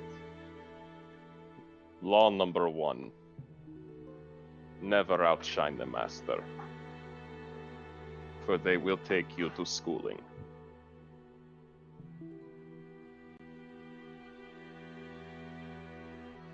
And yet I've got words. You good, man? And never underestimate someone just because you are so high up. It's just a bigger pillar to get toppled off of. And then at that point, he'll just go to bed. Just shrugs. puts the nightcap back on, slams on the bed, and goes, Anyone else? Going once? Going twice? Okay. Real quick, before we end the night, I do have a question. Who is rooming with Kieran? I said I would. Okay, I didn't hear that, so thank you. Sarah, you notice that as you're going to bed, as you kind of lay down, you notice that Kieran, rather than being her bed, is on the far side of the room, and she appears to have taken a spot in the floor. And she has laid her staff in front of her, and she appears to be meditating.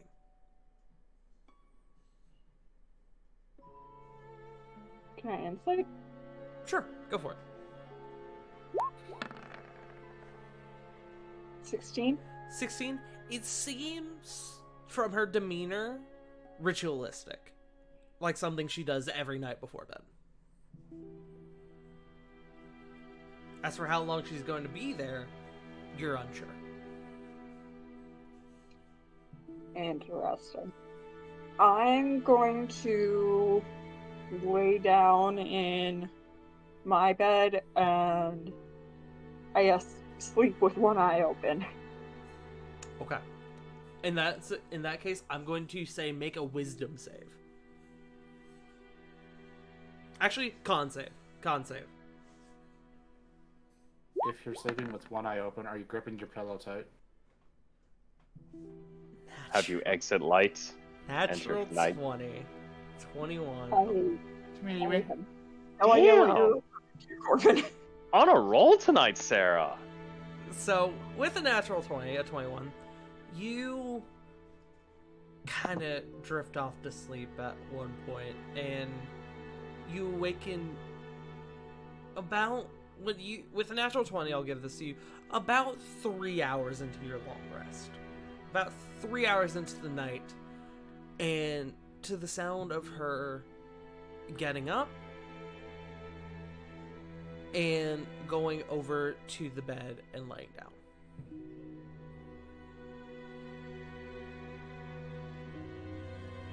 Is that all she does? Yeah, she picks up her staff, she kind of leans it against the corner of the wall, and yeah, she then, with her hood still on, lays down in the bed and kind of turns away from you and goes to sleep. Have we seen this girl without the hood over her face? You have not yet. Well, it's not over her face, it's over the rest of her head. You've seen her face, but she's kept the hood on as far as you've, for as long as you've known her. Which, albeit, is not very long. Okay. I'm going to go back to sleep then, but still with one eye open, so to speak. Okay. You get some rest, and she doesn't stir for the rest of the night. Everyone gets a long rest, and that's where we're going to take our break. Woo! I'm gonna go grab a cupcake. Yeah! Hell yeah. I'm gonna go grab I'm gonna myself go some get me lemonade. a beverage of sorts. I need to Yeah. use the bathroom and get a beverage, but I got a few people to thank first. I need to thank J Frost for the host. I need to thank River for the 10-month resub saying Stimky nerd. You're Stimky. You're Stimky. I need to thank Papa Reingor for the follow. Welcome to our lovely little bakery known as the Dutch Oven. We got cakes, we got muffins, we got cookies, and of course we got our world famous tarts. Thank you so much for the follow. We hope you enjoy your stay. We have Sean with the raid of a party of 18. Yo, Sean, my guy, how's it going? How was playing as Punk again during Fallout 3? I hope it was good. I hope it was a good time. Thank you all for stopping here. If you've never been here before, this is our D&D homebrew campaign called War of the Shattered Sun that I run. It is a homebrew world. It is a long-going campaign. We're currently on episode 55, and we have fun here. So, if you've never seen this campaign before, I hope you like what you've seen so far, and I hope you can join us for future endeavors. And we have Kelly AFU with the resub for 13 months. Kelly, thank you so much. And with that, I need to get a beverage.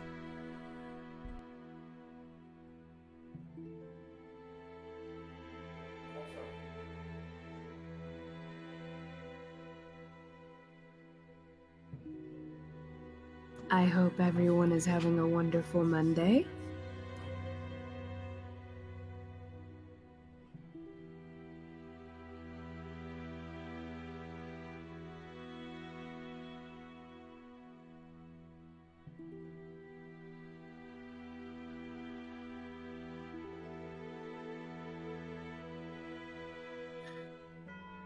I have returned. Have you? I have. Sans one cupcake. I've been eating Pokemon Oreos. There are Oh yeah, I guess that has been something that they announced recently. Yes, and since Nabisco came to a agreement with their employees, I actually was able to buy them. I hadn't heard about that. Yeah, they came to an agreement. I don't know how much of a good agreement there was, but they're not striking right now, so I could go back out and buy Oreos. And I did, and I got the $1,000 Mew one, and I ate it. I remember they had that way back in the day when I was a kid, too. Not Pokemon specifically, but like the high money Oreo pattern. Yeah, What's it's up? pretty dumb, TBH. Oh, the Pokemon Oreos? Oh, do you also mean the fact that there's people selling those things on fucking eBay? Yeah, I had one of the Mews, and I ate it. Like, I saw them when we were grocery shopping. I was like, huh, cool. Moving on.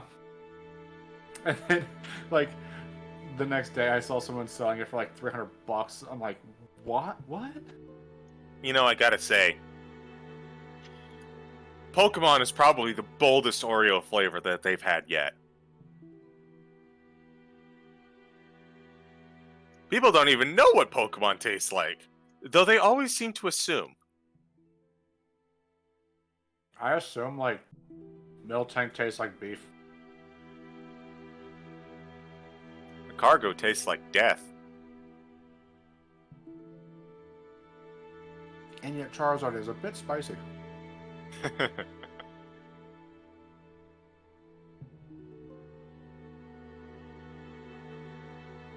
Like, it's just that age-old question of, wait, do they eat the Pokemon too? But In some cases, they do eat Pokemon. There are, like, they do talk about it in, like, a couple of them.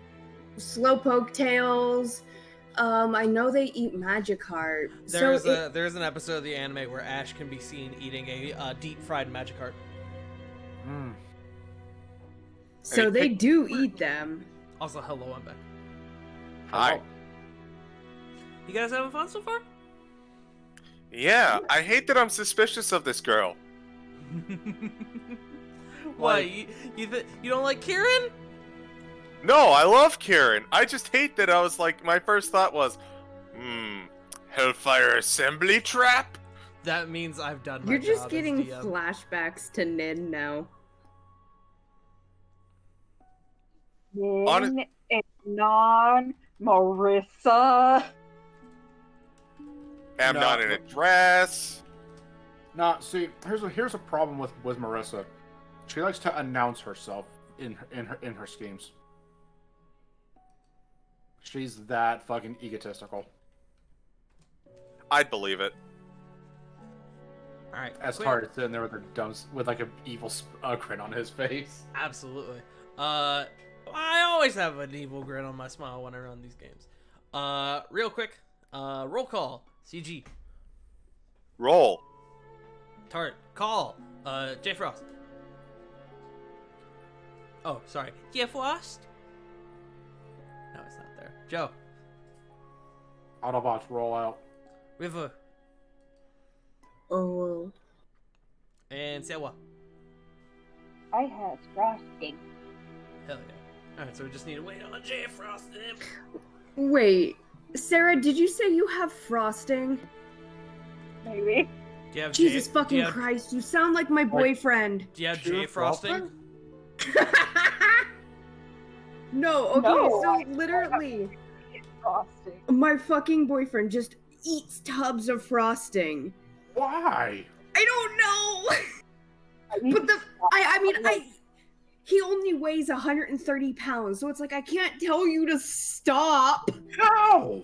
I stop because I'm gonna end up giving myself diabetes, but I'm also 5'5" and only weigh 145 pounds, so You're also River. How old is your husband? My husband is 25. My boyfriend is 18. But still, though, like, the mid-20s is kind of where the metabolism starts to go away. Granted, I'm 30, and mine's slowly losing out on me. Slowly.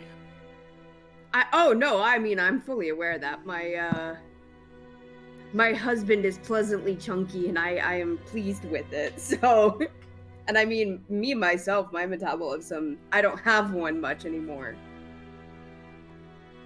Because for some Oh, yeah. reason, my IBS shut my whole metabolism down. Whoops. Sorry for lateness. Pupper having allergies. You're good. Aw, They okay? It's fall time. Fall and spring are the worst times for her. Aw, We had a Yeah. dog like that too. It always sucks. poor baby. Do you- Well, she's doing all right, and thanks to the new whole house AC and heating, things have actually been a lot better for her. Hell yeah. No, Do you puppy, mind- puppy. Do you mind if I share just one thing I came across during the break Sure. before we start up again? Sure. Okay, so It has to everyone's be- aware. It has to be interesting though. Okay, That's so okay. everyone's.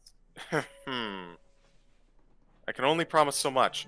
So everyone's aware of all the fun the internet is poking at the Mario movie casting, right? Fuck Chris Pratt. interested. I will allow this. Okay, I'm interested in Charlie Day as Luigi. okay, so Jack Black as Bowser. okay, so someone was coming up with ideas for, a common thing is coming up with ideas for the other characters. Tell me this is not the most appropriate casting you have ever heard. Danny DeVito as Wario and Jim Carrey as Waluigi. Yes. I can see that. Oh, I agree. I will see Jim Carrey, but I will raise you William Dafoe as Waluigi. That's pretty good. Wah! I don't know, I think Jim Carrey could better than William Dafoe. Oh, he probably could, but like I'm just thinking like look-wise, because I know like with enough plastic stuff, they could like add a big chin to Jim Carrey. They've done it before, but like I'm just thinking like overall like presentation. Oh, physicality. No, yeah, that works. That evil fucking grin that William Dafoe has. There's Well. no reason that man got to play Green Goblin. Well, on that note, are we good to continue? I'm here for it. I was about to say nobody said anything. I got a bit worried. Wah. Wah. If you're Wah. ready to go, give me a wah. Wah. Wario time! Wario time. I'm gonna win. Wait, Tart, before we begin though, please get the new Wario game. I WarioWare? I really want to watch you stream that. I've considered it. Because it seems like a game you would like. The ads make it seem very interesting. Wario time. I've heard that game. I'll say this and then we'll get back to it. I've heard that the game's story is actually quite short, like surprisingly short. So like like a whole afternoon kind of deal, or like Yeah, like maybe 4 hours. Yeah, that sounds like a decent afternoon stream. Yeah. But anyways, let's go ahead and get back to it. Look So- at Saribot doing their job. I know, I'm so proud. That's my son, bro. So, you all wake up the next morning. Sarah, you awake and, Kieran is still in her bed. She seems to be kind of stirring awake at the same time as you are. You all get up and you have a breakfast. And unless anybody has any last minute business to do before you guys head out of town, I will change the music.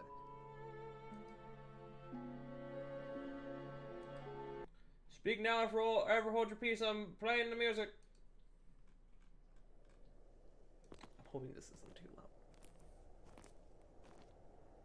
So, you all head out from the warm, cozy interior of the cave of Mortardeep to find that the city seems to have been planted in the underneath a mountain, in the midst of a valley.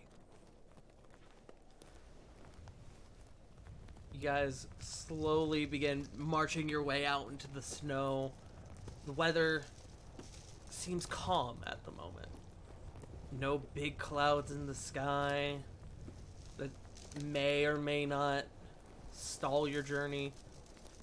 A very light,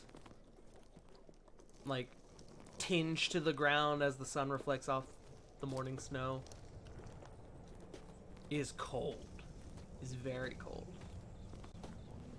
Would you guys make your way? Flit, as you have knowledge of this map in your mind, you are going to have to lead the group. So I would like for you to make me a survival check. And for everyone else to make me a group perception check. Do I get advantage? I will give you advantage because you have memorized the map. Okay. 8. 17. 17. Ooh. 12. I will roll perception for Kieran as well. 1 second. Perception, you said? Yes. Oh, Kieran. You had a +8, Kieran! Fuck! That's alright. 17. Okay. Fairly solid all around. Flit, you have no real issues moving out into the frozen tundra of the nation of Gaia. You start heading up the path that you know you're supposed to go towards. And the weather remains calm. You're able to guide the group confidently without any real issue. The rest of you kind of peering around. You don't see anything. Kind of begin listening as the only real noises are the sounds of your group, the footfalls in the snow, the wind soaring through the valley. That seems to be it. You guys continue, making good pace. I would like for everyone to go ahead and make me the same checks once again. Everybody do the same thing. I do think River had to step away, so I can roll their check, baby. 26. 10. I try to move it on.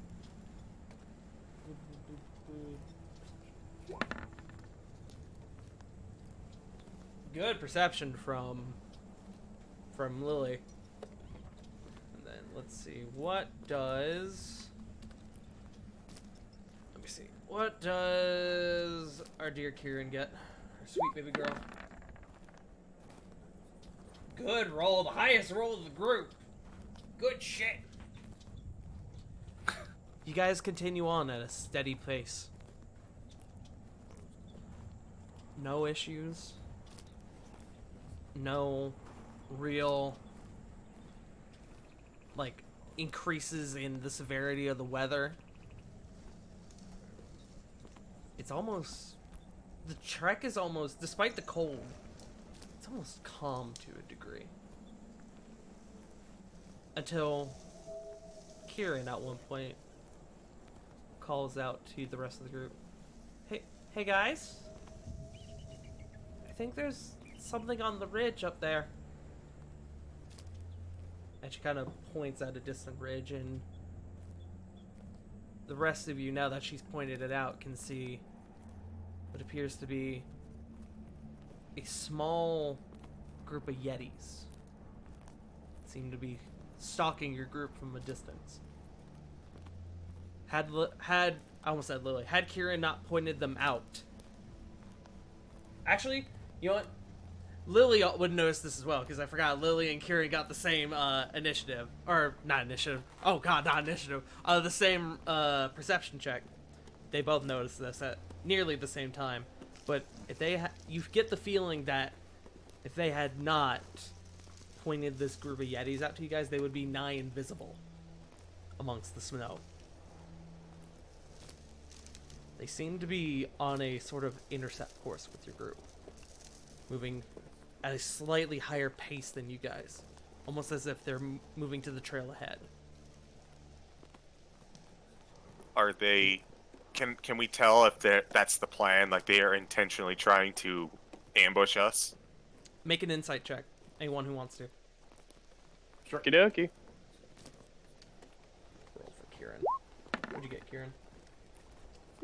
7. 18. Lit natural 1. Natural 1! 23. 23. 16. There's no such thing as Yetis. Yetis don't exist. Flit's like, man, that snow looks weird. It's got horns and claws. Flit's looking at the Yetis like the fucking, the Yeti from the Rudolph movie. Oh god. But anyone who got a 15 or above, you get the impression that they have noticed your group. And this is a group of about 5 Yetis, and these Yetis are big. You get the impression that they may be trying to move to the path ahead to try and ambush your group. But now you're aware as to what they're planning. What course of action would you like to take? What? Do you know if there's a different course we can take? Let me consult my mind palace. Is there an alternative route? What I will tell you, Flit, is that you can potentially find a way to get around them without encountering them, but it would include your next survival check being with disadvantage. Okay. We can. It'll be hard to get through the snow, but we can try to get around them. At this point, I would be more than capable of going for that. We could sneak around them. That's a possibility too, yeah. If you have that thing that helps us with stealth, that would be... If you have that and Corbin has Major Illusion, we might be able to sneak right past them, but we'd have to make sure they don't see us disappear. Well, it's not invisibility. It's just, nature just kind of works in a way that we just so happens to be in the shadows, if that makes sense. Yeah, I get that. I'm saying, with Corbin's Major Illusion, though, it doesn't even look like we're there. It just looks like the rest of the terrain.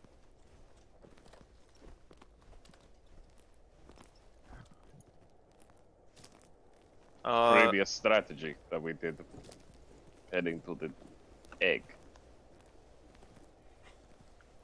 So, do we stealth, or do we take the alternative path, or do we do both? Both? We can take the alternative path, but we can also stealth it. How many Yeti did you say that there were? There are 5. 5. Don't It's like those concerning. sounds.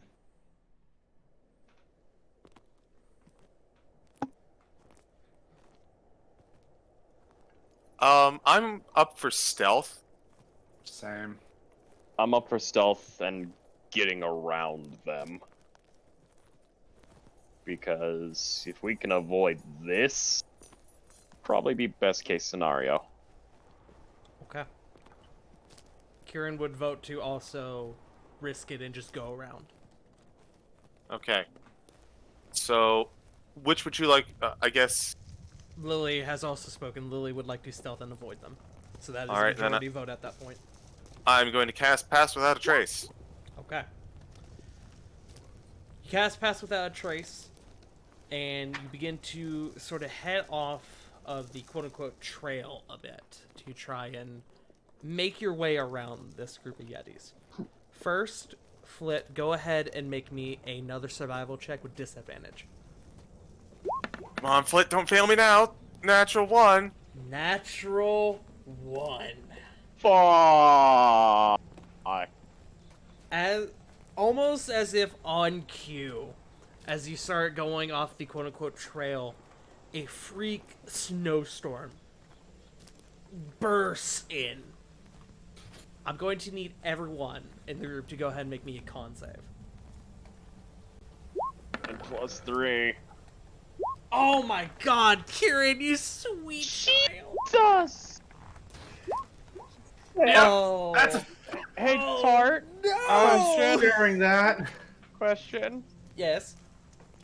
Is this help in any way? I will Does- say, how about- you, Rovan, get the save with advantage. What? Oh, you know Does what? the- Corbin there's- would get it with advantage as well. Thank you. Okay, roll. Constitution, you said, correct? Yes, Anything better than this? Alright, so Okay. that- remember, that's 16.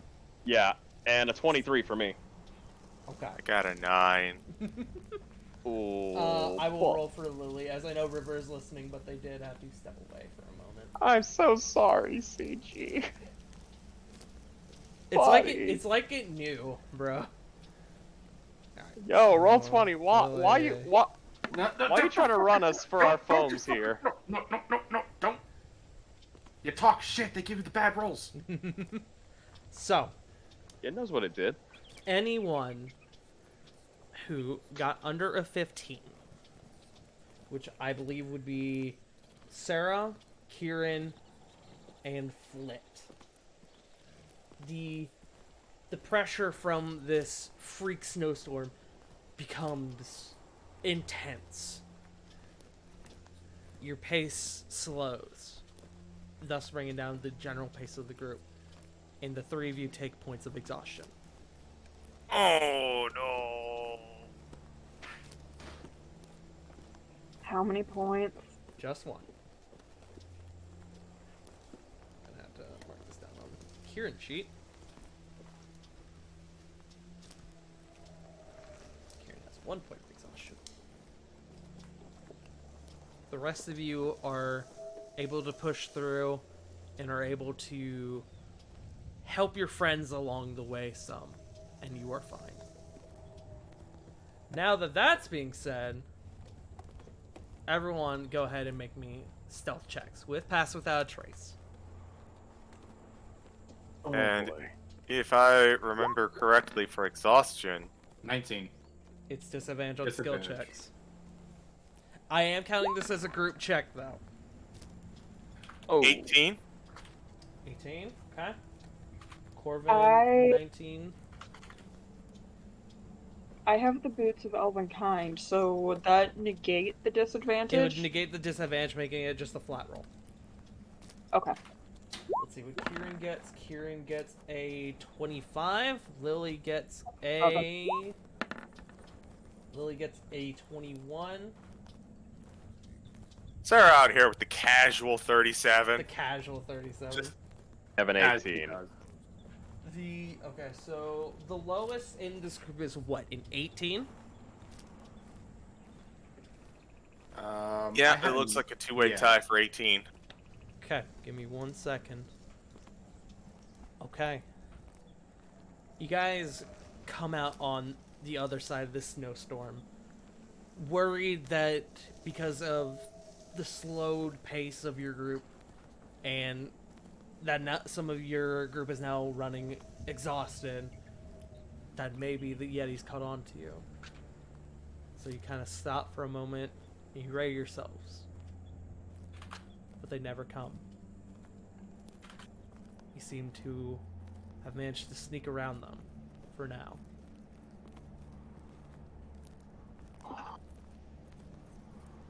And with that, you continue on to the last leg of your journey.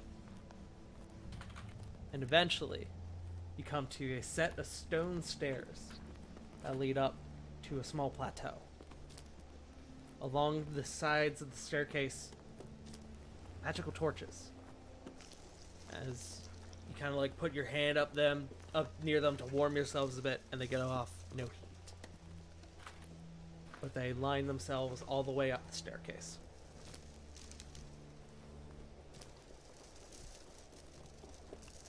You guys kind of check around to make sure you're not being followed. You seem to be in the clear. And you make your way up the stairs. Atop the plateau, you can see a altar, almost a shrine of some sort. It appears to be carved into a stone face. What looks to be how do I describe this? It looks to be a large lion with bustling long wings. Almost like one of those it's carved into this almost like one of those like Aztec paintings. You know the ones I'm referring to? And in front of it there's a collection of offerings, a small stone, like I would almost call it like a bench sort of shaped thing that has like incense burners and a whole collection of different things. And in the center of it all, there seems to be enough space for this egg that you guys have brought with you. Which Kieran at that point goes, so is this what the egg is for? Quick question, Tar. Mostly because I think I think I know what the statue is of. Could Corvin identify the creature? Sure. Make me a... Would be nature, arcana. I would say either, whichever you want. Arcana it is. 23. Game. Wasn't there a certain time or something that we had to present the sacrifice? I don't believe so, but someone can correct me if I'm wrong. I don't think there is. Not that I can remember. Not that I'm seeing in my notes. With the 23, what are you trying to determine that this thing might be above game? So you said it's a lion with like a set of wings on him, right? Yes. I was thinking like something like a sphinx or something kind of akin to that. You kind of start deciphering what this may be an image of, and at first you think, oh, maybe it's a chimera. No, it's got one head. Maybe it's a sphinx. No, the features aren't right. And you start putting together what this may or may not be, but everything you kind of think of doesn't quite match up. Okie dokie. Could I roll insight to see if this is a statue of the Eisnereth? Sure. Roll insight.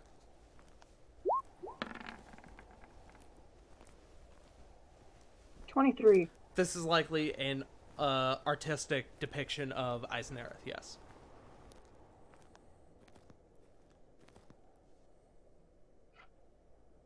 In character. Interesting. There's a someone put a artistic depiction of the Eisnereth here. That's... Huh. Good to know.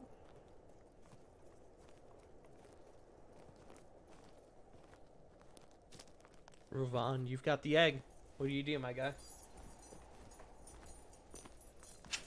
So I'm gonna be making the offering of the egg in these troubling times. The ultimate omelet. To be fair, you're the only one that can really carry it. Omelette du fromage. You walk up and do you unravel the egg? Yes. Okay. You begin unwrapping the egg from its omelet casing.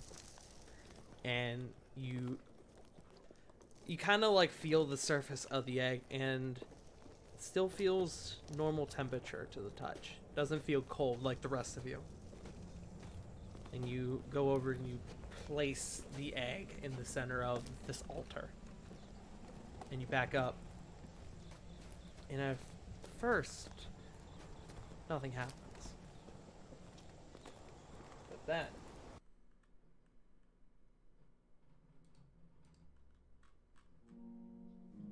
you all, off in the distance, hear the roar of a lion. It echoes throughout the mountain range. You can't quite seem to pinpoint where it's coming from. Anyone with a passive perception of 20 or higher sees a white flash kind of dart across the sky above you.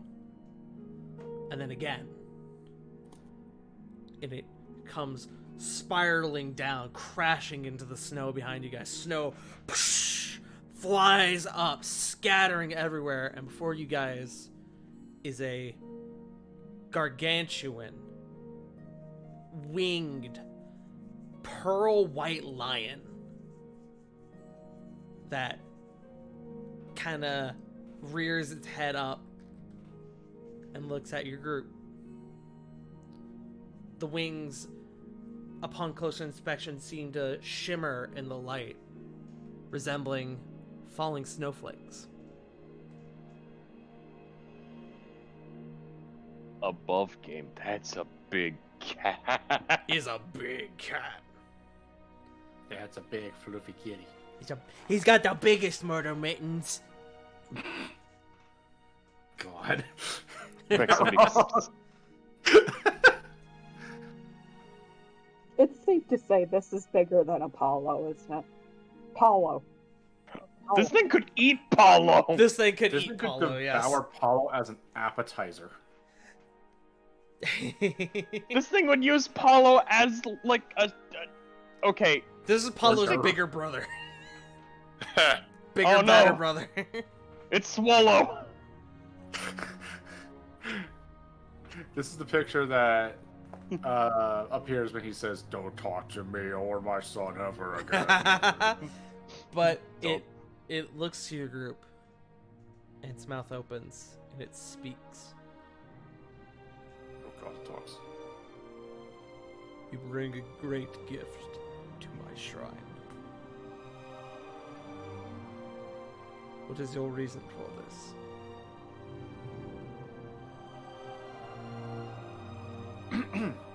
Corbin is gonna pick his jaw back up off the floor. Corbin, you look to your side. Kieran is just as awestruck as you are.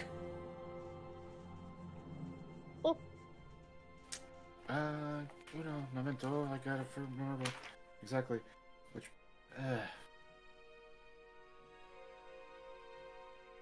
it's the bow of Ida. Ida. Thank you. That was. I swear, I gotta fucking backlog these into a Google Doc. Stares we at seek the bow- Fangs of the Court Google Doc. No, I gotta back up my notes into a Google Doc, so it would be a much more efficient way of searching instead of just I got you. flipping through pages. No, I get what you mean. Because I'm that nerd. I'm writing it down physically. Hey man, I do the same thing, don't worry. Corvin's just kind of gonna get himself poised up. We're here for the Bow of Ida. We were worked by Alice Bloodwing to present this tyrant egg for you. It kind of turns its head. It kind of like raises its head slightly, almost like peering down at you as you mentioned the bow. But then you mention Alice Bloodwing, and it kind of tilts its head curiously. And it goes, "Ah, so the young fletchling grew up then. And what of the father?" He Connor. succumbed to void fever. It gets quiet for a minute and kind of looks off to the side. And then it looks back at your group. Shame. And what business is this bow to you? Why does the young Bloodwing request it? Unfortunately, the these items sealed away has returned, and we need to send him back. We're trying to stop Normandy from rising again. And As you mentioned, the moment he's- as you say that, it kind of peers at you again, and you feel its gaze kind of like stare into your very soul, and you kind of freeze for a moment. oh yeah, he's shuddering. The god tyrant. Well, if that is the case, then I will take you. And it kind of comes over a bit closer to your group. I presume then that the Vanir god has taken on new adventurers. Most of us, if I'm being transparent. I see. To put it simply, he's with us until, oh my god, I started talking and the train of thought flew right out my head. I've been there. To put it simply, he's with us until he can get home to Navilis. And she, Sarah will gesture to Kieran, is seeking passage to the top of the mountain to spread her mother's ashes. Speaking of which, You kind of gesture over to Kieran. She is just frozen in place. So Corbin is actually going to look towards Kieran and say, "I trust you're not going to spread word of any of this." She quietly just shakes her head. Her Good. jaw still agape. Corbin just kind of like takes like the back of his fingers and just closes her jaw for her. I am so lost, but this is so cool. Listen, there's a reason for everything. Just keep this between all of us. Understand? Kind of slowly nodding her head. Okay. Good. The literal fate of the world is at stake. I can kind of see that. That's all I got. Icenareth kind of looks over your group one more time and goes, "Well, if it's passage you seek, then I shall grant it." And he kind of like lowers himself so that each person in your group may climb on. Wait. Like, Corvin's just kind of like sitting there, like eyes wide open. We're gonna fly. Yes. Is that an issue? The moment he asks if that's an issue, Corvin's like already halfway up his leg. Okay. Does anyone like hesitate to get on, or does anyone just flat out not get on? I'm totally getting on. Flying lion, come on. Kieran almost seems like in a trance as she slowly climbs onto the back of this thing. I just realized this is almost straight out of Chronicles of Narnia. You know, I'm mad you said that. Because you're right. And I didn't think about it until just now. The worst part is I've never even read the books or seen the movies. I'm just... Oh my God. As I have said before, originality is dead. Everything's based on something, even if you don't intend it to be. Oh, most definitely. Most freaking definitely. Like, I didn't realize until, like, what? Fucking 15 episodes in. Corvin is just, like, another Loki copy. Like,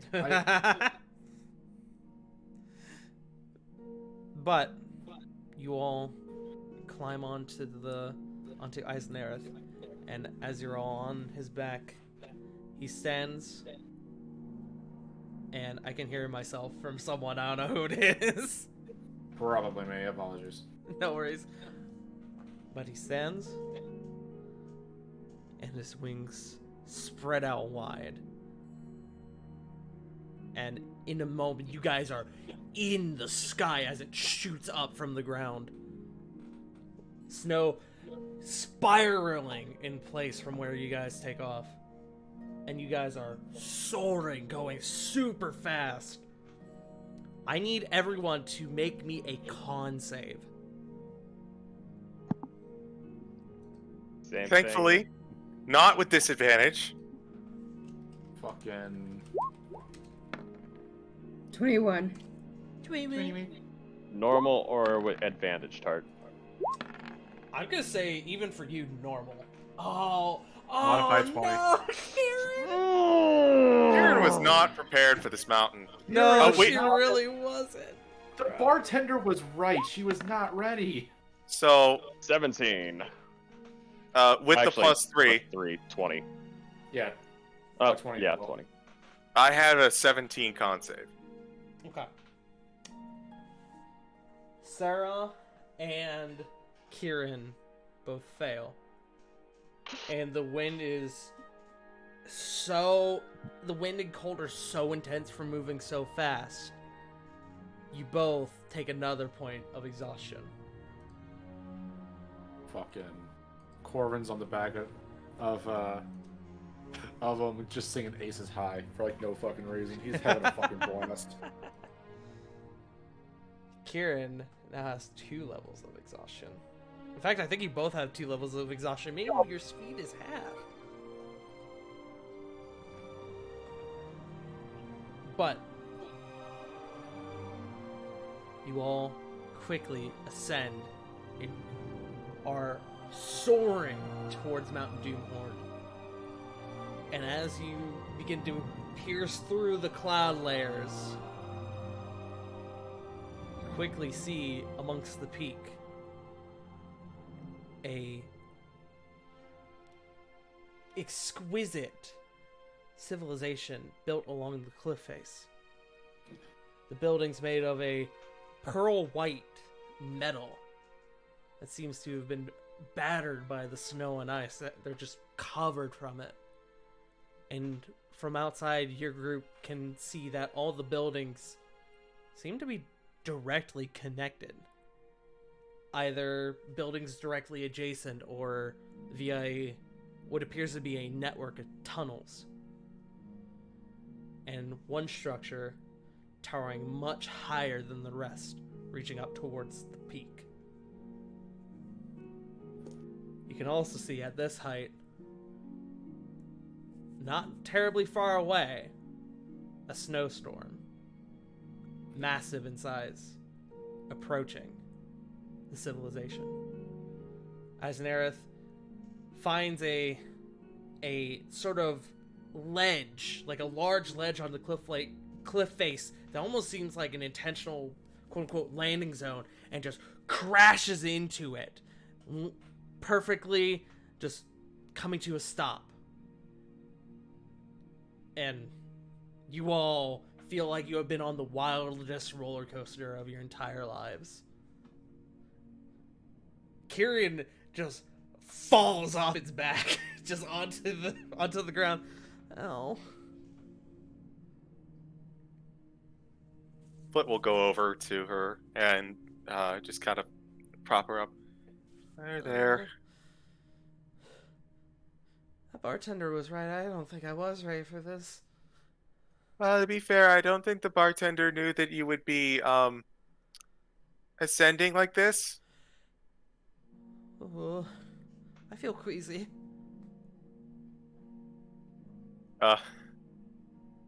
If she does feel too queasy, I've got Lesser Restoration on deck. Okay. I'm gonna make another con save for her. Please, nat 1. Please, nat 1. 3 for 3! Okay. Damn it. She's fine. It looks like she's about to blow for a minute, but she swallows it back down. I'm good. I'm good. It's good to be off the feet for a bit, though. Although, and she kind of peers over at the storm. Look at that, we're probably gonna need to get inside. Probably pretty quick. She kind of looks up at the structure buildings and goes, I saw that larger building is likely a way up to the peak. That's probably where I'll need to go, at least. I don't actually know why you guys are here. I never asked. But it kind of looks over at Eisenareth. I think I kind of get the idea. Well, Oh, go ahead, Flip. okay. Well, and Flip will just kind of look to the group. It's probably best that we go together anyways.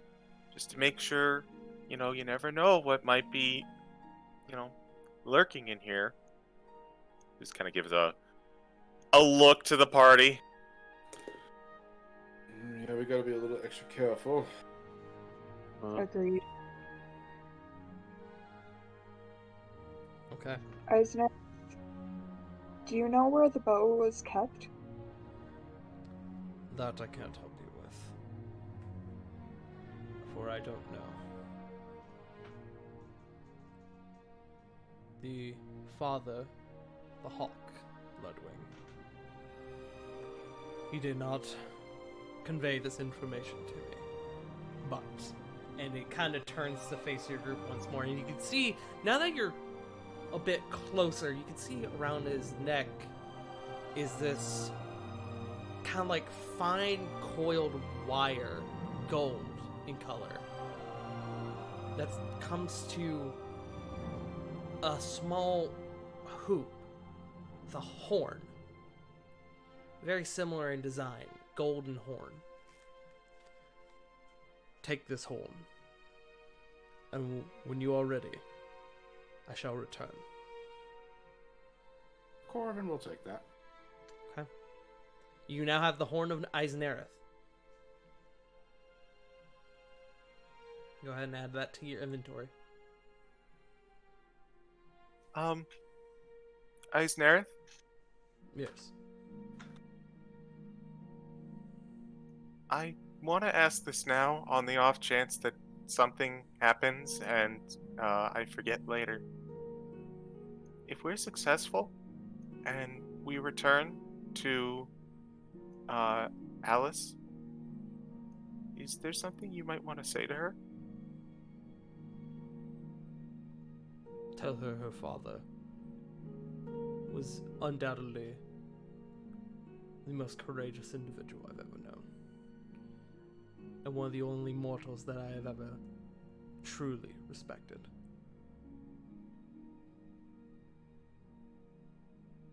Sorry, not only the first mortal that he ever truly respected.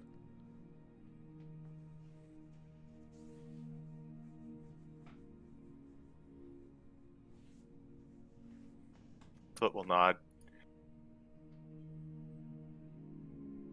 So, about this horn, does it only work in, like, this particular area?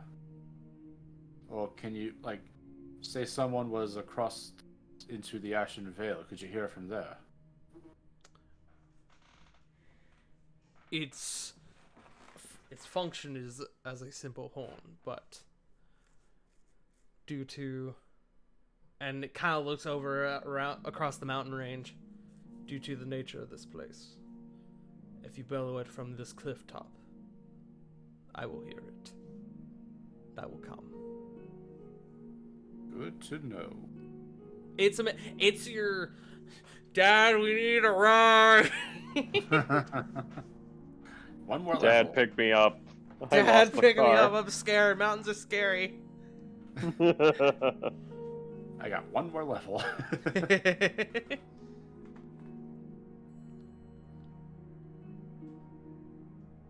Good luck, young adventurers.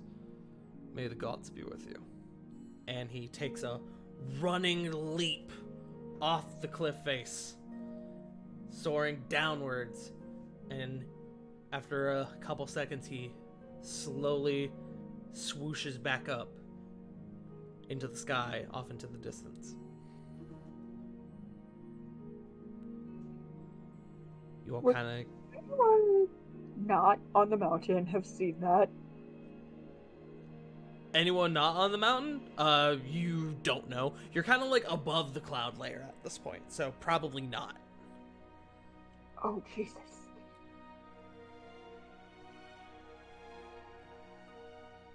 You guys Let's- kind of go ahead. I was just gonna say, let's get inside before that snowstorm reaches us. You guys kind of look, and that snowstorm is moving fast.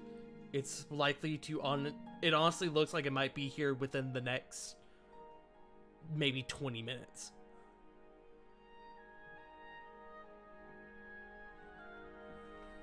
But you all Moving kinda- on in, helping keep Kyron if she is kind of lagging behind. Okay. Kieran is fine for the most part. It was a rough ride, but she's moving. Okay. You all kind of begin to make your way inside, and you notice as you kind of begin to approach this like triangular like indentation along the building, there's no handle on the door. And then you kind of approach, and as you get just up to it, there is a hiss, slight hiss, and you see that the door shoots open, moves upwards, revealing the interior of the room.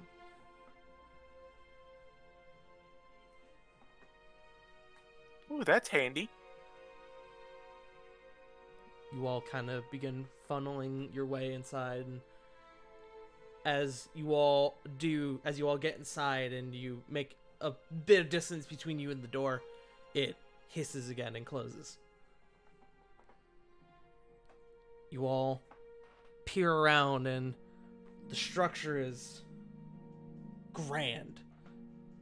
There are beautiful reflective tile flooring with intricate designs built into it. There's tall pillars around the far sides of the room that kind of begin to hold the ceiling up, and the ceiling goes up to one point, and then there's like a lip, and then it goes up even further to these high grand ceilings, and you can see along the walls and the ceilings there are indentations in the walls where faint, like dim lights can be seen that fully light up this room. Seems to be arcane in nature. You guys kind of take a few minutes and kind of gather your bearings for a moment.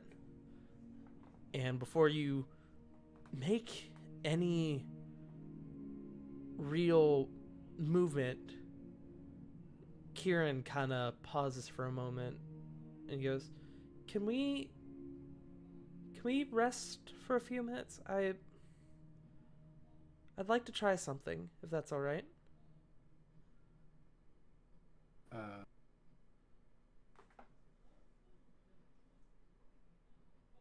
Corbin's gonna kind of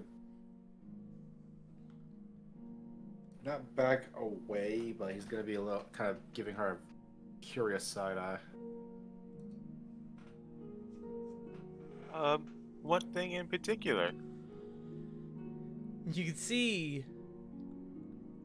I'm going to say specifically Flit, and anyone with a passive perception of 18 or above will notice that the color of the gem around her necklace has changed from the once purple amethyst to now almost like a maroon red. And she kind of looks at it and goes, something tainted about this place. The atmosphere is thick. I'd like to investigate further if possible. I'd like to consult the spirits. Tart, Yes. as soon as she mentions the word tainted, I'd like to use a divine sense. Okay. You throw up divine sense. And you detect nothing.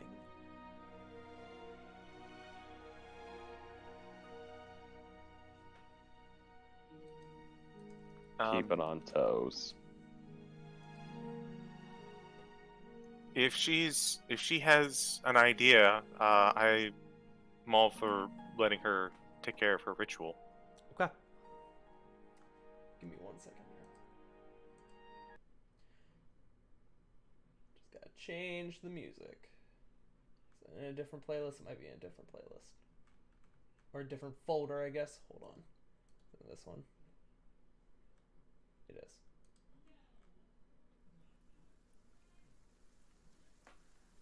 You all watch as Kieran finds an empty spot in the center of the room. The high ceiling above her lit by these series of arcane lights that seem to be built into the structure itself. You watch as she takes out a piece of chalk and draws a large circle on the ground. And around the base of this large circle, she draws a collection of smaller circles. 7 of them. 1 for each of you. Within the circles, she draws an arcane sigil. Flit, you and Kore, speaking Druidic, can recognize that the symbol, in English terms, quote unquote, represents vision. And she goes over and she takes a seat in the center circle. Does anyone go over and take a seat in the smaller circles?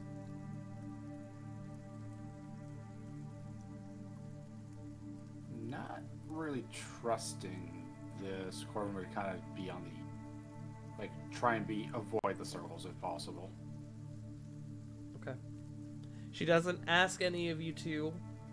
Well, where Corbin's avoiding it, Sarah will watch her for a moment and then go sit in one. Okay. While she didn't ask any of you to, you all can see that there are 7 circles, and they do seem large enough for you all to sit in. Flit will walk in. Lily will nod and walk in and sit down. Tiny crisscross applesauce. Kore will sit. I'm going to give that to her, but I'm going to roll and see if Jericho will.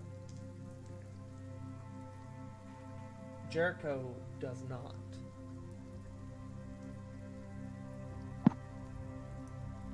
Ravon, do you? Kinda looks to Corbin and looks to Flit. He'll turn his back to the to our new druid pal and mouth something to Corbin. And he's gonna mouth the words, "Prepare a counter in case."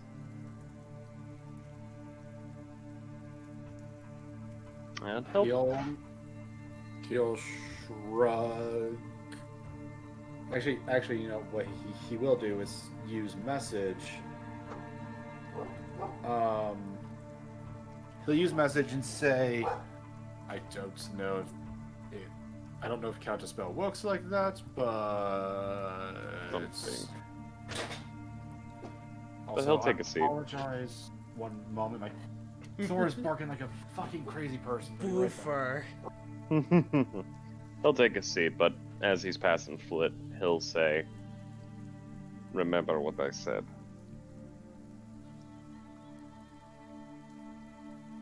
So everyone takes a seat. Everyone except Jericho and Corbin takes a seat around in these circles, leaving two open. You watch as Kieran kind of lowers her head and removes her hood. And you watch as two large white rabbit ears appear from underneath. Nani? Bunny! Dope. Above game, she's a rabbitkin. Bunny! She is Bunny Girl. This is a modified rabbitkin in the way that she's not full rabbit, she just has the rabbit ears. Huh. But you watch as she quietly sets the staff in front of her, Sarah, much like you saw the night before. And she closes her eyes and she begins meditating. Does anyone else meditate with her? Sure. Flit will do so. Corey will do so.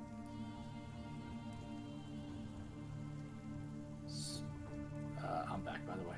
Sorry about that. You're good. Lily, what about you? Yes. And Ravon, what about you? My better judgments. Sure. Okay. You all quietly begin to meditate with her. Over the course of the next 5 minutes, everyone who has taken a seat and has chosen to meditate alongside her feels this welling feeling slowly begin to build within themselves. You all begin to hear scattered sounds of footfall, voices, the laughter of children. Does anyone open their eyes? My eyes were never closed. Yes, I'm asking the people who have sat down. Sorry. No worries. Okay.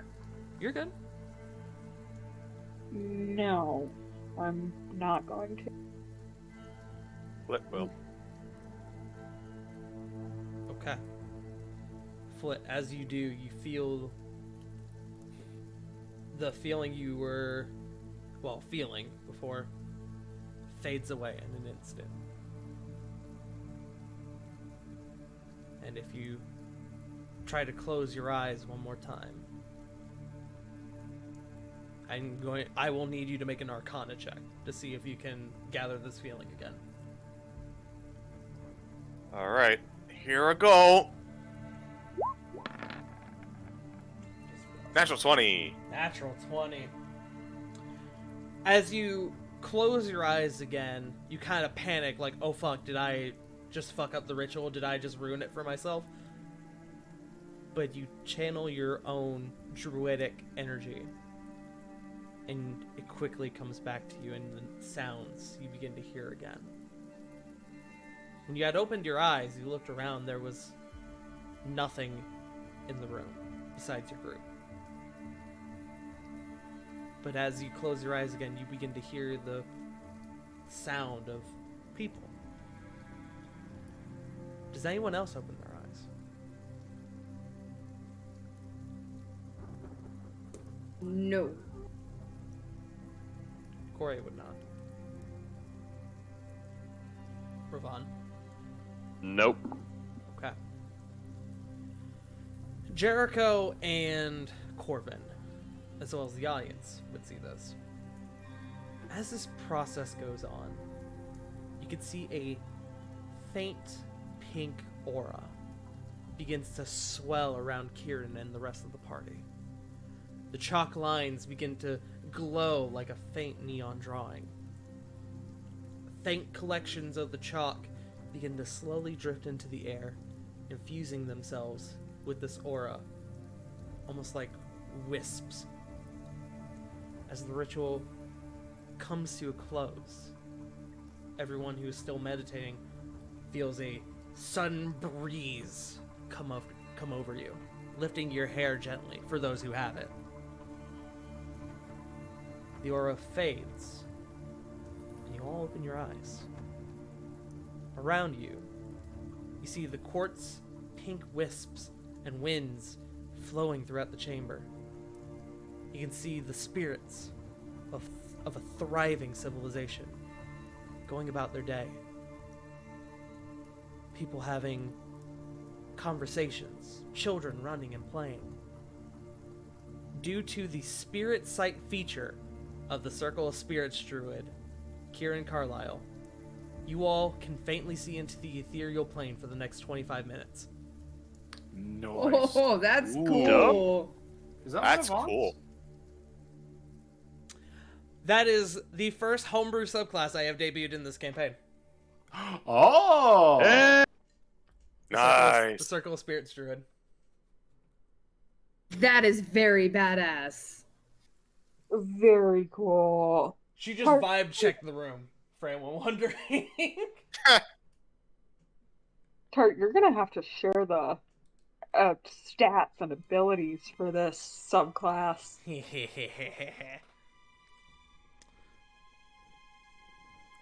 And Kieran opens her eyes like the rest of you.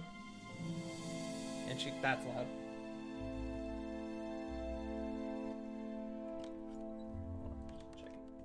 And she smiles, a gentle smile.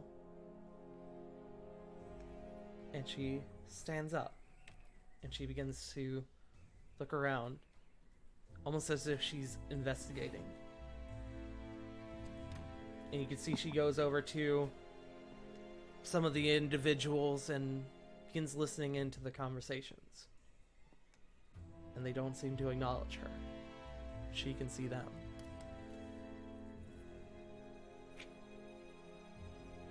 Now, Corvin and Jericho, you both have no idea what the fuck just happened. You saw the aura fade away, and now everyone is looking around the room astounded.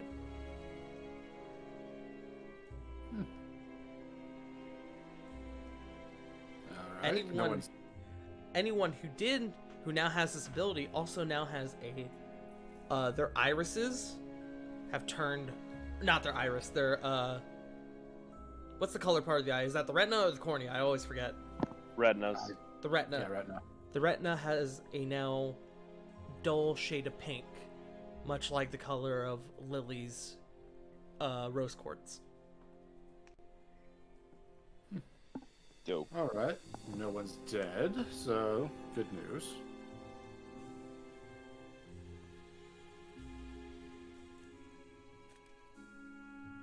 Lily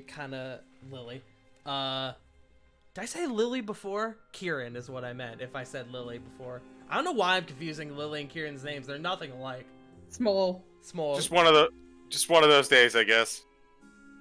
But Kieran, as she kind of stands back up, she does put her hood back up. And she goes, the spirits here seem fine. They are going about their business. I guess this is a residual thing for now.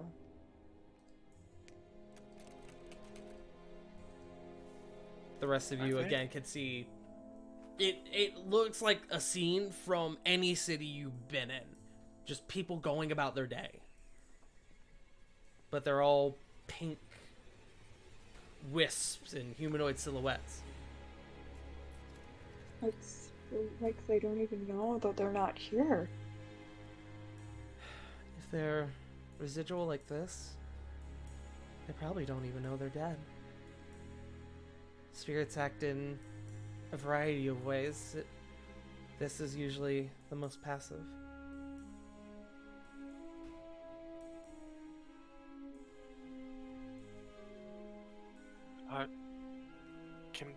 We can see them, but can we interact with them? My mother could, but I haven't reached that level yet. Sorry, see what? The entire civilization. All of their spirit. Well, what I would assume is all of their spirits. They're here. They're going about their day like they're still here.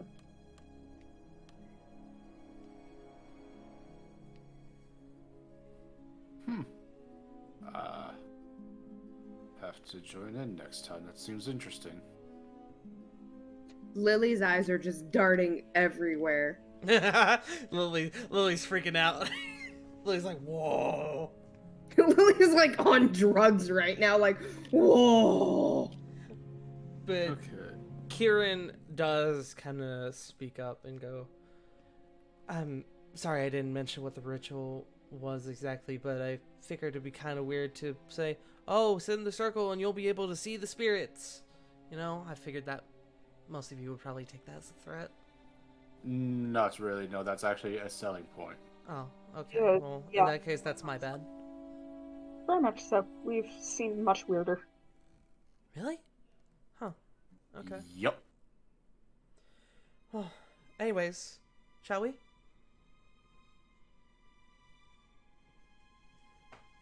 Also, for anyone curious, because I did mention it, this is the Spirit Sight feature that Kieran has.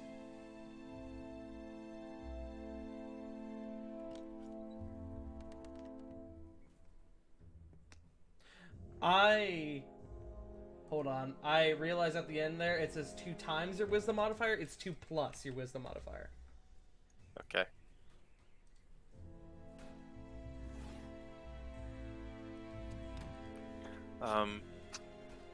So we're kind of in an alcove right now, basically, right? You're almost in like a main lobby area. You were Does it- smack dab in the middle of the room during this ritual. Does it seem like the traffic of the marketplace is going to or from or staying away from an area? Not at the current moment in time. You do look around and you do see 3 different ways you could go. One to the left, one to the far right, and one that just goes straight from across from where you came in.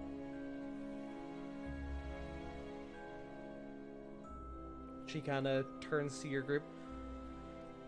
I figured this would just give us a better insight as to what happened here, but feel free to lead the way. I don't really know where we're going.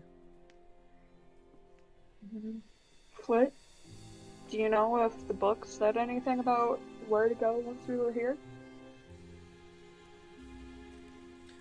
Flit, you remember that the book mentions a vault somewhere within the structure. Well, they mentioned a vault, so presumably it's going to be somewhere hidden or protected. At the very least, I would think deep within the structure. This is quite a pristine civilization. It's definitely unique. Maybe there's a map or something somewhere? Maybe. Could I roll survival to see which way it would lead us? Like, I guess this is sort of in a mountain, so which way would lead us deeper into the mountain? Sure. Roll survival. 11. Even with that, probably just going straight forward rather than left or right.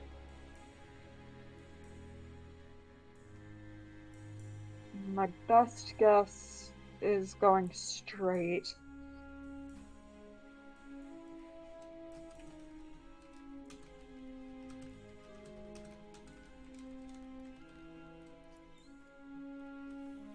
We are getting close to the end. I don't want to go over on time, so I am going to speed things along just a little bit, if that's okay. That's fine. Okay. So I have just one question for the group. As you begin to journey further into the structure, who is leading the group?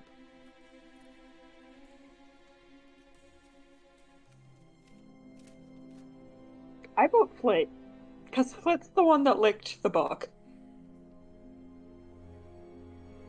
Solid enough logic. Okay.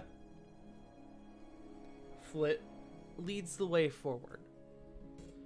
As you guys begin to move through these structures, you can see going through these long hallways filled with different rooms, you find more and more spirits of people who are just there, going about their business. Flit, you a couple of times move out of the way to avoid some of them, and they just kind of go past you, and some of you may avoid those as well, but then Corvin will come through and he'll just walk straight through one and it will seem completely unaffected. You all move forward and you begin combing your way through a variety of chambers. You find the remains of shops and restaurants. You find an area that seems to have been cordoned off as apartment-style homes. You find small libraries and a grand auditorium. And as you move deeper into the structure, deeper into the civilization, it starts turning from a residential district to a almost business district.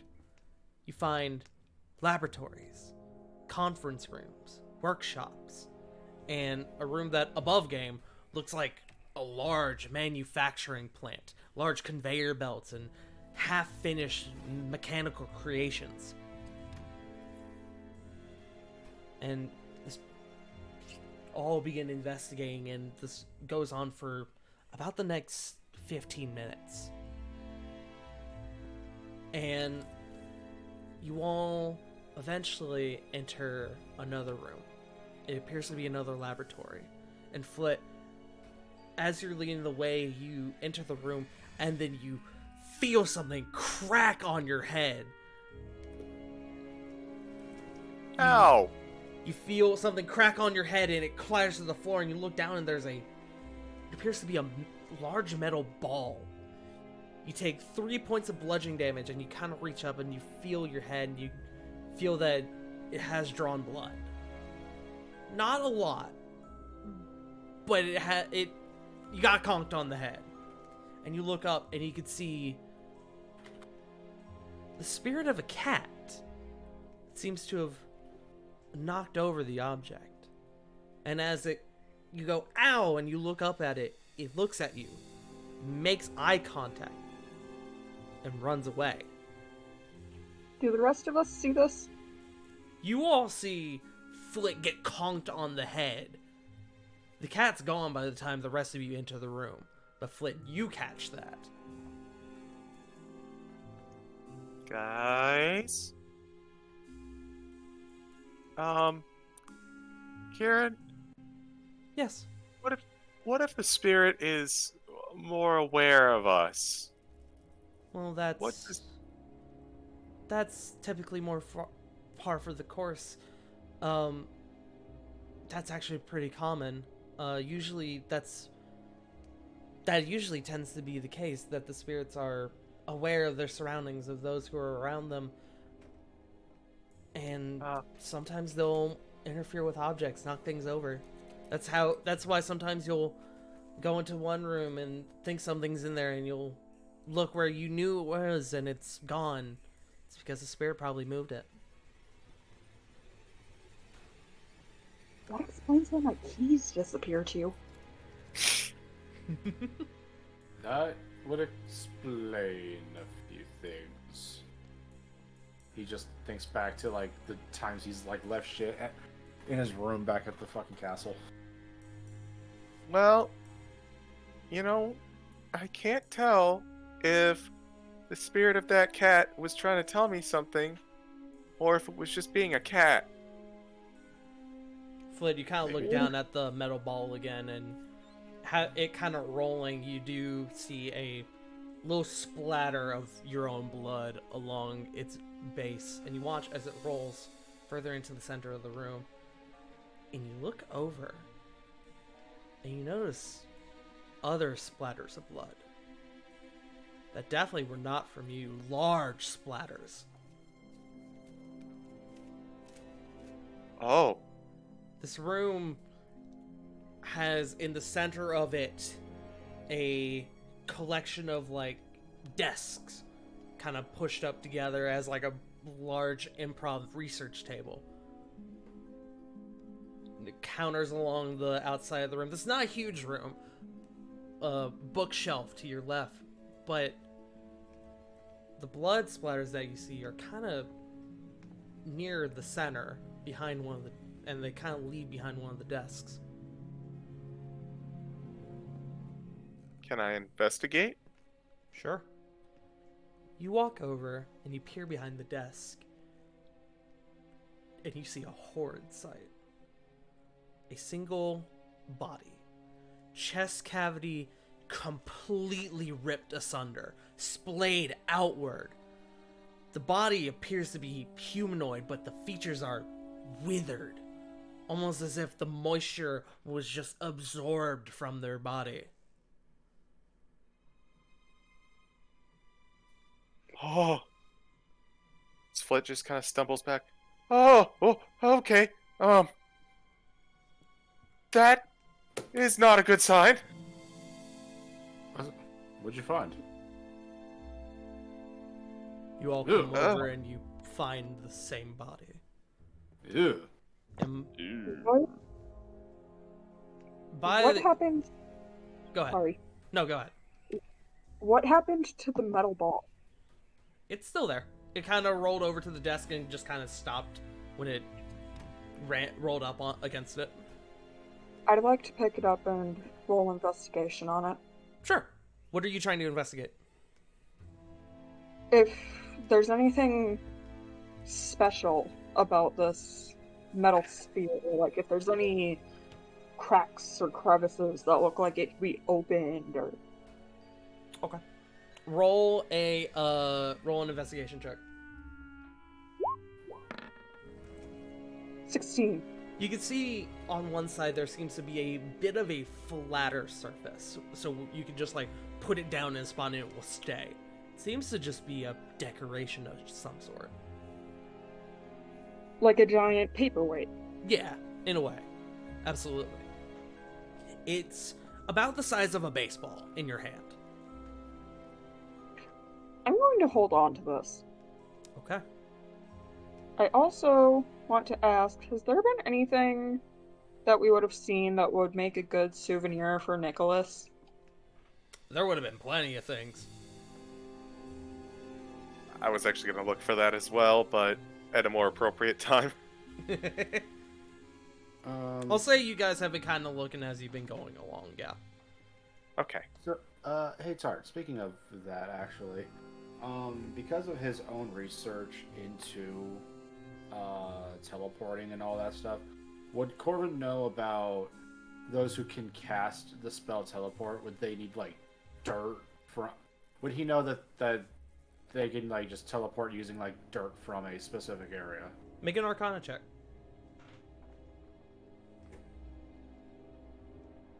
Because why give him a souvenir when we could give him access? 22. It definitely makes it easier to have an object from a location as a sort of tether point to allow you to use the teleport spell to go from one location to another.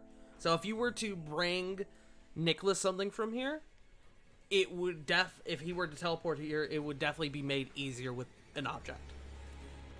Yeah. Alright. Yeah, he's gonna do the same. Okay. As for the body, would anyone like to investigate?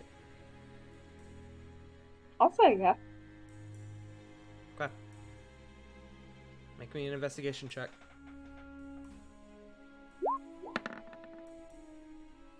Damn it.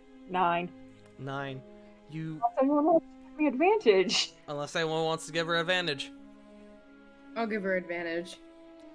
Kieran kind of looks over and she sees this body and she kind of reels back and kind of steps off to the side. Another 9. There goes your luck. It Oh. teetered on that 19. It was like, I want to go there, but no. To be fair, Sarah, you're still got a point of exhaustion. Oh, that is true. In fact, you have 2. So Yeah. I won't make you roll with disadvantage, but so you kind of start peering over this body, and you can see that they had a random assortment of gear on them. You can see that they had like a med kit, a scalpel, of collections of things a doctor would use, and slung across their shoulder, kind of, you didn't notice it at first, but with the strap kind of leading down to it, you notice by kind of like strung on their side is a strange arcane like weapon almost. It resembles a crossbow but doesn't have a slot for where the bolt would go. It has a long barrel with a black rack that you can slide up and down the barrel. By the base where the trigger is, there is a dim blue light that seems to still function. It also looks like it would act as a button. Just under it, the word hippogriff seems to have been styled onto the surface. Can I pick up the bow? Or the... Did you say it looked like a crossbow? It looks like a crossbow, but it is most certainly not one. Its base shape resembles a crossbow somewhat. I'm gonna just tell you above game, it's a shotgun. It's an arcane shotgun. Oh, this will give me an edge over Weston. Boomstick, baby. It'll also least completely fucking- take away your stealth rolls. Attach a silencer. You also run the risk of hitting Flit. Oh! True. And that's Very- just red. Yeah. Ah, that's, yes, we finally enter the region where Sarah can hit multiple people at one time. Immediately taking that shotgun away. No. Joking aside, if you want to take the shotgun, go for it. I want to at least examine it. Make an Arcana check. Disadvantage because of exhaustion. Yes. Unless anyone helps out. Please? Which, while Sarah is doing this, would anybody else like to try and investigate the body? I would. Why the hell I not? also would. I'm looking Can for I- stuff. You Can guys I are flocking over this body like a group of fucking gremlins. can I Fine. Go make for an it. argument for medicine? Yes, absolutely. Investigation, you said? 11. Yes. I'm going to say either Lily or Rovan make the investigation roll, but give the other advantage. Just because there's a lot of people crowding around this body. What's your investigation, Lily? 2. You're getting the advantage because I'm at a -1. Whoa. Or A get all whopping the- 10. We'll get all the rolls out of the way, and 15. then I'll determine things. Or I'll go over things. Okay, so starting off, Sarah with a 11. You can definitely tell that this is a magical weapon of some sort. It's arcane in nature. As to what it does, you're unsure as of yet. Flit, you said you had a 10? Yeah, with disadvantage. You begin combing over this body and you come to the conclusion that this body is maybe 5 years old, give or take. As to what did this, you're not as to cause of death, quote unquote, there's a giant hole in the chest, but as to what did that, what made that hole in the chest, you're not entirely sure. But you're able to get a range of the bodies maybe 5 to 10 years old.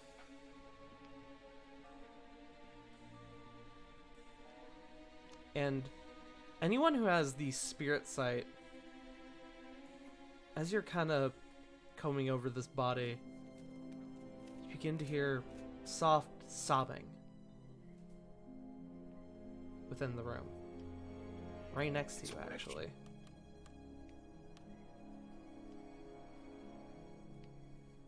Can I spot where the sobbing is coming from?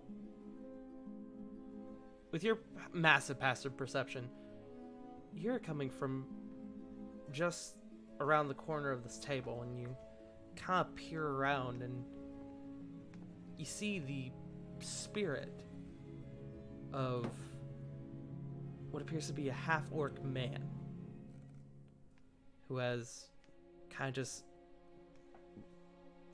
like leaned up against the table, just crying.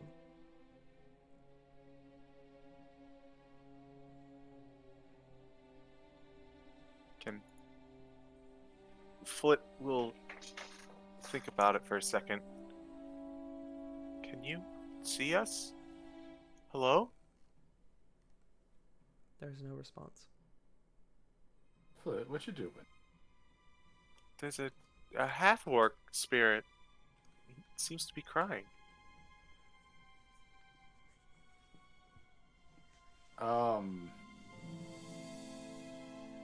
Maybe we should leave him alone and allow him to just, cry it out. Corvin, would you want someone to do that if you were a confused and lost spirit? I would not know. I haven't died before. But it's not. Actually, That's not what I meant. Kieran, is there anything you can do?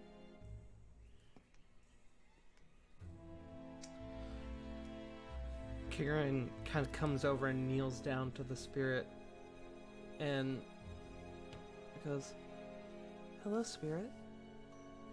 Can you hear me?" And they kind of wait for a moment, and the spirit doesn't respond. Just continues sobbing.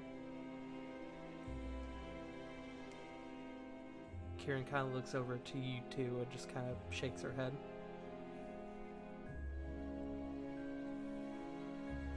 Those of you with spirit sight can tell that this spirit is fuller than the ones you've seen, a bit more, I guess, saturated. And Kieran picks up on this too, and she goes, "If I had to take a guess, I'd say that this spirit is likely the one of this gentleman here," kind of gesturing to the body. Do they have a name tag or some sort of identification. And Lily, with your 15, you find the name. Let me find it. You find the name Dr. Luco Yelgash.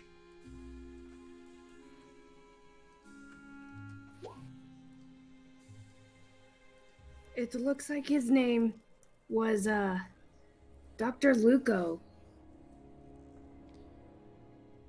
Dr. Luco? Can you hear me? And the spirit stops crying. Kind of peers up. And it makes eye contact with Kieran.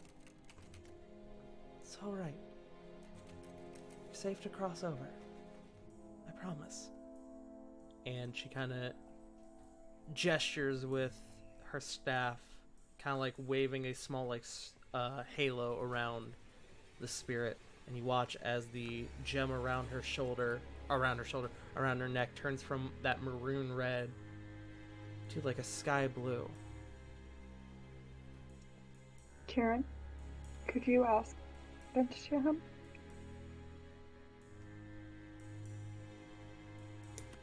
Kieran seems to hear your question but doesn't seem to answer it. But you watch as the spirit slowly begins to fade.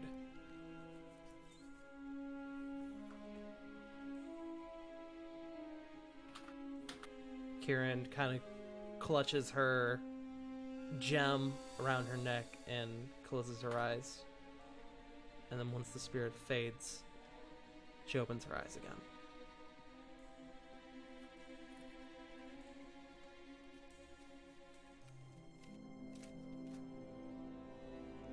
Well, he's found rest then?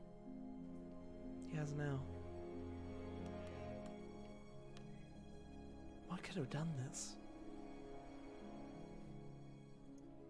Whatever it did, it's fairly recent.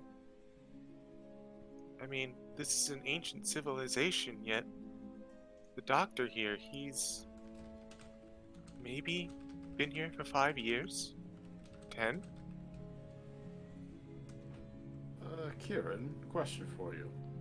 Yes. Do these spirits respond? Like, do they seem like drawn to any particular thing, or is it like per spirit? It's per spirit. Many of them linger around the body after it's gone, which has been interesting because this is the only body we've found so far. And you guys searched his entire, you guys searched him up and down, I assume. You guys feel pretty confident that you have picked this body clean.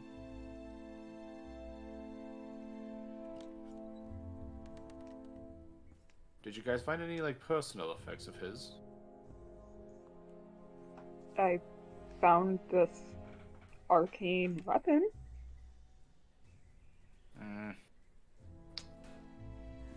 Is there, any carvings on there or something? Any kind of, I don't know, sentimental? It says hippogriff. Might not work. Damn.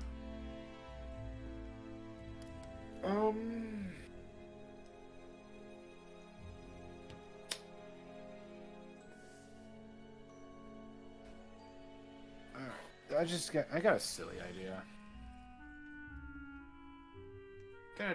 I know it doesn't work like this, but I'm just thinking about what effect would have it if say Corbin just sat down in the middle of the room and tried and do a song of rest or something.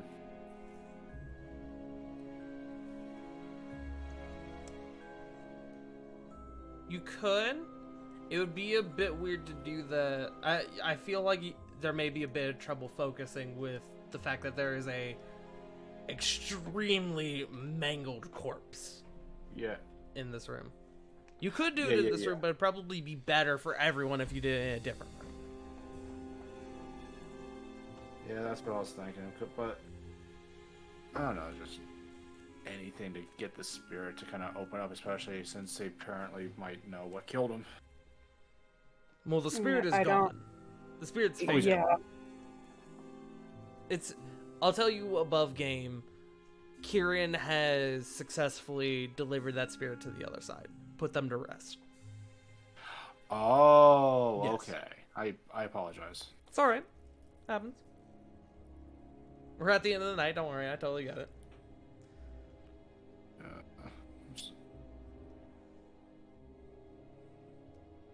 I can tell you, Lily is very wary on what killed him, why there's so many spirits here, and like the half complete projects. Something seems suspicious to her, but she just can't place her finger on it. What are you guys gonna do? Sarah too, but I mean, it's an ancient lost civilization. Obviously something happened, it's just a matter of what. Lily, as you're thinking Yes. about this, and you just like stand up from the body, you look over and you can see the other exit to this room. There seems to be faint traces of blood that lead out into the next hallway. You kind of go over to the door and you look out. The door opens and you look out and you can see it goes down to the end of the hallway and turns around the corner. It's not a ton of blood, but definitely looks like a trail.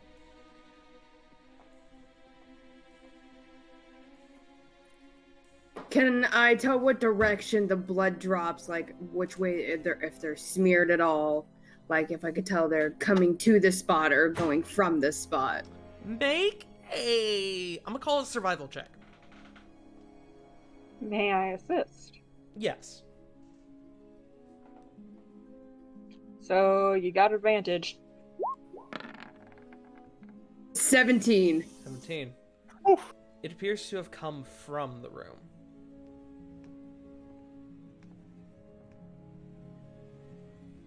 You can see So it's not like bloody footprints. It's like almost like dripping along different parts of the floor. You see a couple smears along the walls and even one among the ceiling. And it goes down to the far end of the hall. And then it bears a right. Lily pokes her head back in the room. We have a blood trail. Maybe we could figure out what killed this guy. At least it's something. nowhere else to go but follow. Lily looks back over to the body. This guy deserves better. I think we should figure out what happened. I agree. Agreed. And if we have a moment on our way back, maybe we should bury him or something. With that tarp, can I look around the room? Is there like some kind of tarp or something I could cover him with, like cloth? Yeah, there would be like a tarp or something that you could easily find to cover him with. Lily's gonna go ahead and grab it and cover the body. Okay. You do that, and then you all begin to move down the hallway. And you come to a crossroads. To your right, you see the blood trail leads up to another door. You don't know where that door goes to. But on the left, you look down and you can see another room where the door has been busted in. The blood doesn't go that way. But that is the only door you've seen that has been straight up busted in. What would you guys like to do? Both are suspicious. Is it You know- possible to investigate both? Only if you split up. Video game logic is telling me that the blood trail is to progress, where the busted thing could have extra stuff. But I like your thinking, Joe. Joe's got the Dead Space Literally, logic going right now. My brain said the same thing, but I know what Lily would do. that's the thing. That I don't know what Corvin like. He would just be like looking at both, going, hate that. Look at the blood trail to the other side. Hate that. If you guys split up, it would be 4 people per group. I think, honestly, we would be close enough and we would be well equipped enough that if we split up, we could probably still be safe. The distance between the 2 rooms would be probably about 50 feet from going down this hallway.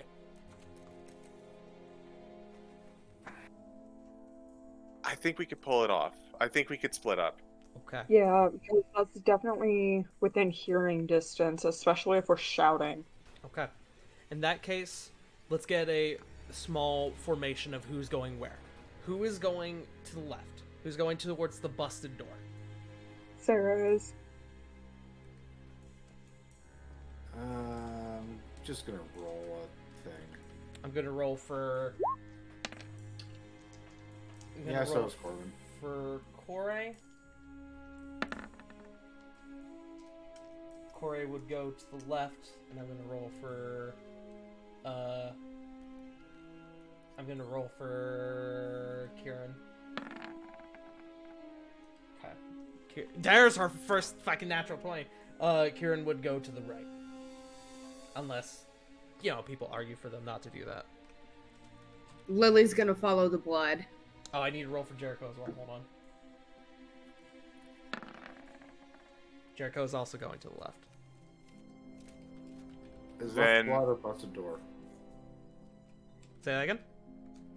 Is left blood or busted door? Left is busted door. Okay. So that sounds like 3 people are going to the left then. It's going to be 4 4 people people. for group, as there are currently 8 of you. Left Well, is... Sorry. No, go ahead. Left is currently Corey, Jericho, Corey- I believe. Corey, Sarah, and Jericho. Yeah. And the right is currently Lily and Kieran. Well, Unless there are any hard those 4 arguments. I was gonna say, if those 4 are already going to the left, I'll go towards the busted door then. In So that way, we'll we go kind of right. have a nice split. There's druids in each party, frontline in each party, support in each party. Okay, so just so I can clarify, left is Sarah, Corey, Jericho, and Corvin. Right is Lily, Kieran, Flit, and Rovan. That's what I'm hearing. Okay. In that note, we are about done. We need to just do this one last scene real quick. The group that goes to the left. You go over and you find through the busted room, or the busted door. Actually, really quick, before we continue with this, I want to check for traps. Investigation. Disadvantage, or is someone helping me? Corbin? Are you helping Sarah look for traps? Sure, yeah, I can look for traps as well. Oh, I meant, are you giving me normal roll, or am I... I guess either way works. I mean, above game, my investigation's a 4. Roll separately. You have a much high... Well, You have disadvantage right now. I would say Yeah. give Corvin advantage because he doesn't have exhaustion. I don't think. Corbin, do you? Nope. Boots of the Okay. winter lands. Then yeah, I'll give you advantage then. Yeah, that's it. Thank you for the... It was almost a fucking 20. Did you see that? Yeah. 18. Okay. 18. There are no traps.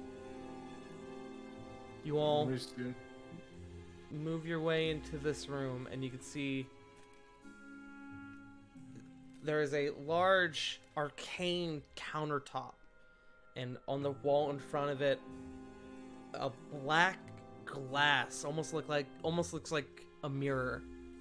And in front of this countertop, another corpse slumped up against the base, in the same condition as the last one you found. On the counter is a red blinking light, slow, like a voicemail. There's the door you just came through, which was busted in, and another one on the right that's sealed. And then on the far side of the room in the corner, you see a large plexiglass tube with an old rusted warforged within. What do you guys do? Why am I thinking of Fallout in these times? light. Press the button. I was gonna say I want to investigate that. Yeah, let's check the room before we push the button. And next It's thing not you a know, very we big have- room.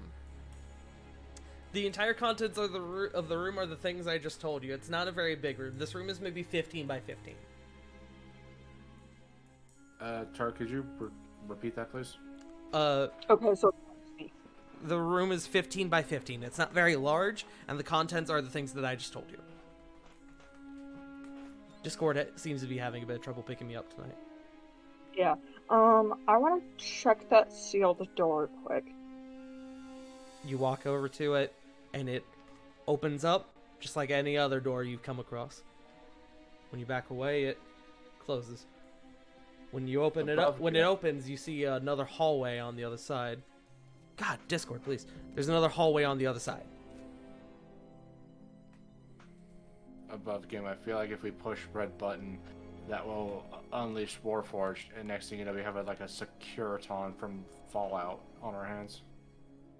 There is, on the wall next to the plexiglass tube, what looks to be a panel of some sort. I did forget to mention that. I apologize. You're fine. Checking out the panel. Okay. Make an Arcana check. Well, Sarah, he does you want to check out the other thing? the button. Yeah, I want to look at it, but not press it. Okay. 12. 12? It's too complex for you. You think someone with maybe somebody... Sorry to say, someone smarter could probably figure it out. Maybe Sindri, but you don't think you could. Sarah. I was about to say Sindri when we need him. Sindri. Sarah, you go over and looking at this red light, you kind of place your hand on the countertop and you see it spring to life. It lights up. And you can see a message pop up across the countertop. It simply says, "One unviewed video log." I'll take a look at that in a second. You said there was a black glass too? Yes, it's on the wall, just above the countertop. Is it like open? Is it? No, it just kind of looks like a mirror. You can see your reflection in it. Oh. Okay, so it's not like a drinking glass. It's like a mirror glass. Yes. Okay. Its design looks similar to the countertop in front of you. So, hey, Tart. Yes. I'm not sure if I forgot to take this out of my bag, but Corbin's gonna pull out the sending stone that Nicholas gave him, Okay.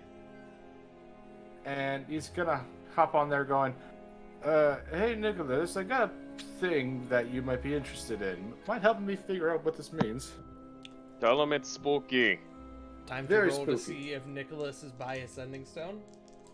Come on, Normally I would Nicholas. just say it goes through, but I need to make Nicholas has the ultimate form of ADHD, so I have to make sure he's by it.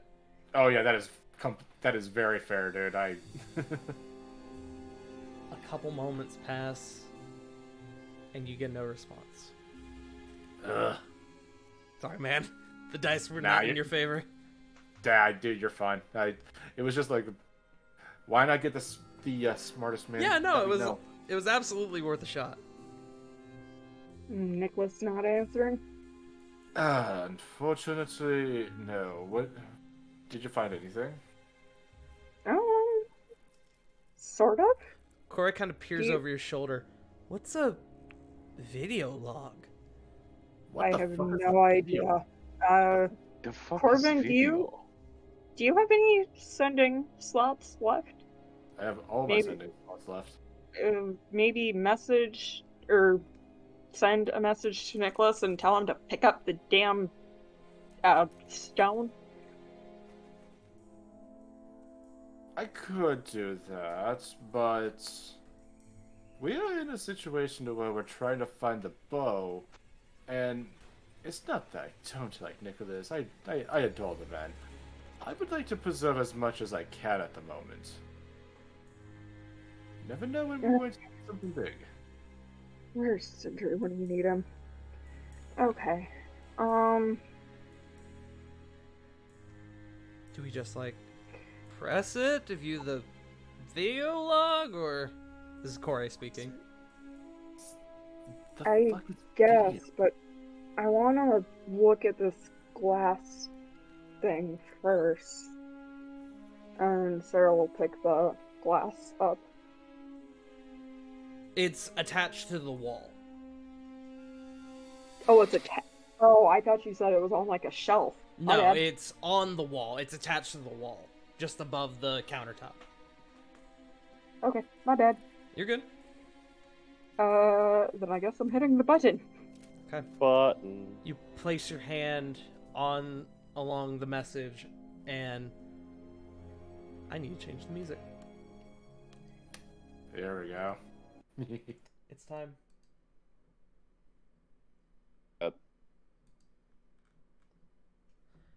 As you tap the screen, the message disappears, and the black glass on the wall springs to life. Upon it, you now see a mirror projected image of the room. But instead of your group, you see a human man. Frazzled, short black hair, full beard, and thick-rimmed glasses. He has dirt and cuts on his face. There's blood that doesn't seem to match up with the cuts, implicating that it's not his own. He's peering down at the counter, but quickly looks up in a panic. He quickly adjusts his glasses onto his face. Oh, thank the gods, it still works. To anyone who is seeing this, my name is Dr. Frederick Gallahorn. I'm an archaeologist. I came here with a crew of 9 others to research this ancient civilization here atop Mount Doomhorn. He stops for a moment, and he swallows roughly. There's a creature. Something evil up here. It thrives off the cold. It has the ability to disguise itself as those around you. I think it's a parasite. It seems to feed off of one's blood. It disguised itself as Dr. Yelgash. It's already butchered most of my crew, and those that remain have sealed themselves inside the bank vault, amongst the artifacts. I think I'm the only one left. I'm going to try to make it to them and form a plan of some sort. And he is interrupted by a distant, bellowing roar, layered on top of a scream. And he looks to his left. It's coming. I have to go. He looks back at the screen. If anyone is seeing this, you have to get out of this damn place. You can't stay here. Gods protect us. And then there is a crash. And he looks to his left and he screams. And the screen goes dark. Oh, that's not good. Before Running. any of you has time to process that, down the hall, you hear Kieran scream. And that is where we're going to end tonight. Tark, did we see a dog coming in? Like, I There was no dog. There was no dog. Maybe There was a cat ghost. There was a cat ghost. Maybe the spirit of a dog. Who knows?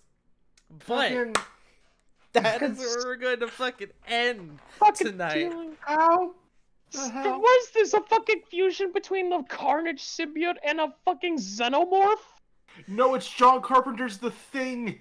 Y'all thought this was gonna be a cool trek through an ancient civilization, cool spirits left around. No, survival horror, motherfuckers. Oh, Well, I mean, I Survival guess horror, it's a good bitches. thing that it's a Tar- good thing that next Monday we're in October, so Indeed, we are. And here's the question now: what did the other group find? Who knows? Tar- I do. Swear to God, Tart, if you throw on a fucking Monokuma voice, I'm telling Krista. Kiryu-chan. A body has swear been to- discovered. I swear to fucking Christ. Also, I'm surprised you guys didn't investigate that body in that room. But I will tell you above game, because it will be pretty obvious. If you investigate that body, it will be Dr. Frederick Gallahorn. So, have fun with that information. But, that being said, let's do our outros. Joe, where can people find you? Planning a trip to North Carolina to murder. You can find my exhausted ass on twitch.tv/Joe_Mojo, Twitter at the Joe Mojo, where I barely post anything, but coming Friday or Saturday, we got Blood Bowl. It's going to be the Tavern against Undead Shift. So me and El Robot are going to go at it. Hopefully going to play Mario and Rabbids, but apparently I got plans Saturday night. I don't know. My wife just says, "Hey, we're busy." I go, "Okay." Let's see. Yeah. Sarah, go ahead. I was literally just typing to Tart that I'd like to go last. Well, we're gonna have Sarah go last because of reasons. So pass it to Okay. someone else. All right. Just kind of just warming up this ball here, throwing it 90 miles an hour towards River. Catch. Hi. You can find me over at twitch.tv/WickedRiver97, where this Friday you can find me streaming Drunken Pokemon with Tart. Yes, that will be me. I plan to be very tipsy because I'm replaying through the whole Pokemon game, so may as well make it fun. And then I'm gonna pass it over to Jay Frost. Jay Frost. Oh, Jesus. Okay. Hey, everybody. You can find me at twitch.tv/JFrost747 and at Twitter at Frost747J, where not tomorrow, but Wednesday, probably gonna do some randomized streaming. Probably a little bit of Phasma, probably a little bit of probably some Rising Storm 2. Spooky season. Blood Bowl Friday against Gingy. So it's gonna be Jurassic Millennials versus shit, I forgot Gingy's team. Greenskin Rangers. Greenskin Rangers. Thank you, Joe. I Break swear. his fucking pogo stick. I want that thing dead. I'll break more than the goddamn pogo stick. We Break it. both know what's gonna happen when a bunch of giant lizards see a bunch of small goblins. But other than that, nothing much. Probably gonna go nuts. Go maybe ape shit, so to speak. And speaking of ape shit, CG. I appreciate your transition. Hey. Hi, I'm CG. You can find me nowhere because I don't much care for the social media, but you can find me here every Monday for the stream you just watched, every other Tuesday for Curse of Strahd, and which we will be having tomorrow, as well as every Thursday over on Jack the Questionables channel. I see you in chat there, Jack. For Ambria, which is our other D&D campaign, which we which I play a goblin wizard along with fellow player River. Hi, Nugget, I can am help there you? too. Sorry, my dog just started fucking growling at me. So about Curse of Strahd though, that is tomorrow. It's going to be not a fun time. I'm not even going to be coy or bullshitty about this. Y'all in for some shit, and not like scary shit. Like, it doesn't deserve the laugh this time, Joe. This is just some heavy stuff. I'm excited. Yeah. Can I do the Cue laugh sad anime? anime music. You can do that on your own volition. I'm not paying you this time, though. Well, fucking, if that's not, if you're not gonna It pay me, pays what the fuck itself. Monkey, the fuck, bro. Cat, empty box. You do the math. Is that it, CJ? That is, which leaves me to just slowly roll the ball over to the last person, Sarah. Alright, I'm going to actually take myself off push to talk for this. Okay. So, normally, you guys can find me at twitch.tv/wolfstalker16. Please ignore my dog whining in the background. My dog's doing the same, don't worry. My dog's making fucking pig noises at me. Elderly Great Dane hasn't been out in a couple hours. So, as I was saying, normally you guys can find me at twitch.tv/wolfstalker16. But, tonight, I'm not promoting myself like I normally would. Because a friend of mine is in need of some help. My best friend Taylor has lived with PTSD for a few years now, and it is very debilitating for her. She cannot go out in public where there's going to be more than 2 other people around. She is that traumatized. So, she's raising funds for training for her new pup to be a service pup.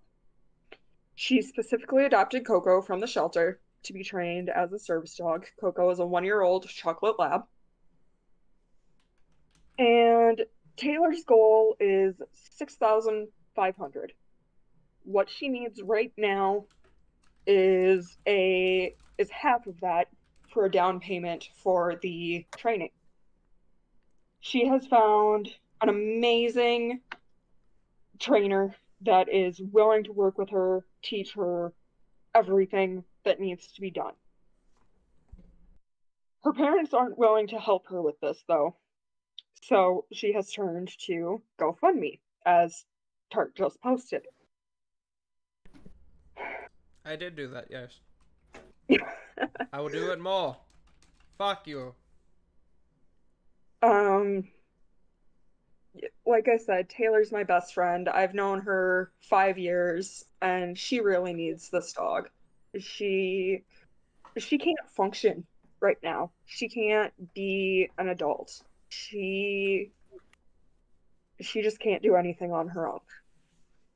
And Coco is going to help that. Coco has already shown great promise as a service dog without even being trained. I mean, this dog knows how to use her body language and her body pressure to calm Taylor down when something's going on.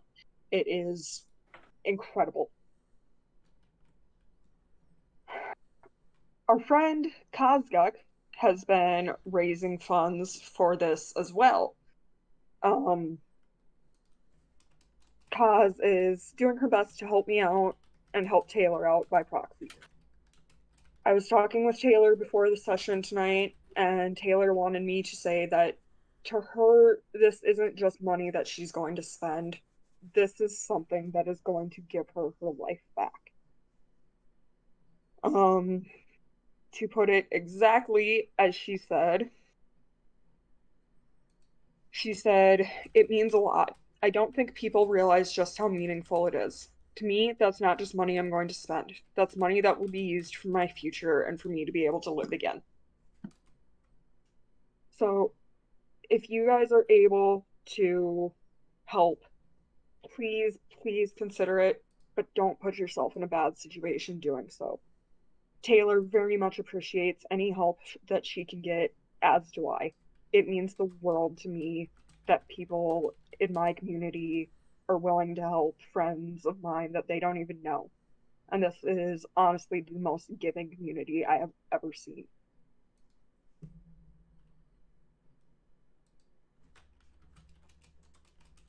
Okay. Go support the GoFundMe, or else this is a threat. That's all I have to say on the matter. But thank you very much for that, Sarah.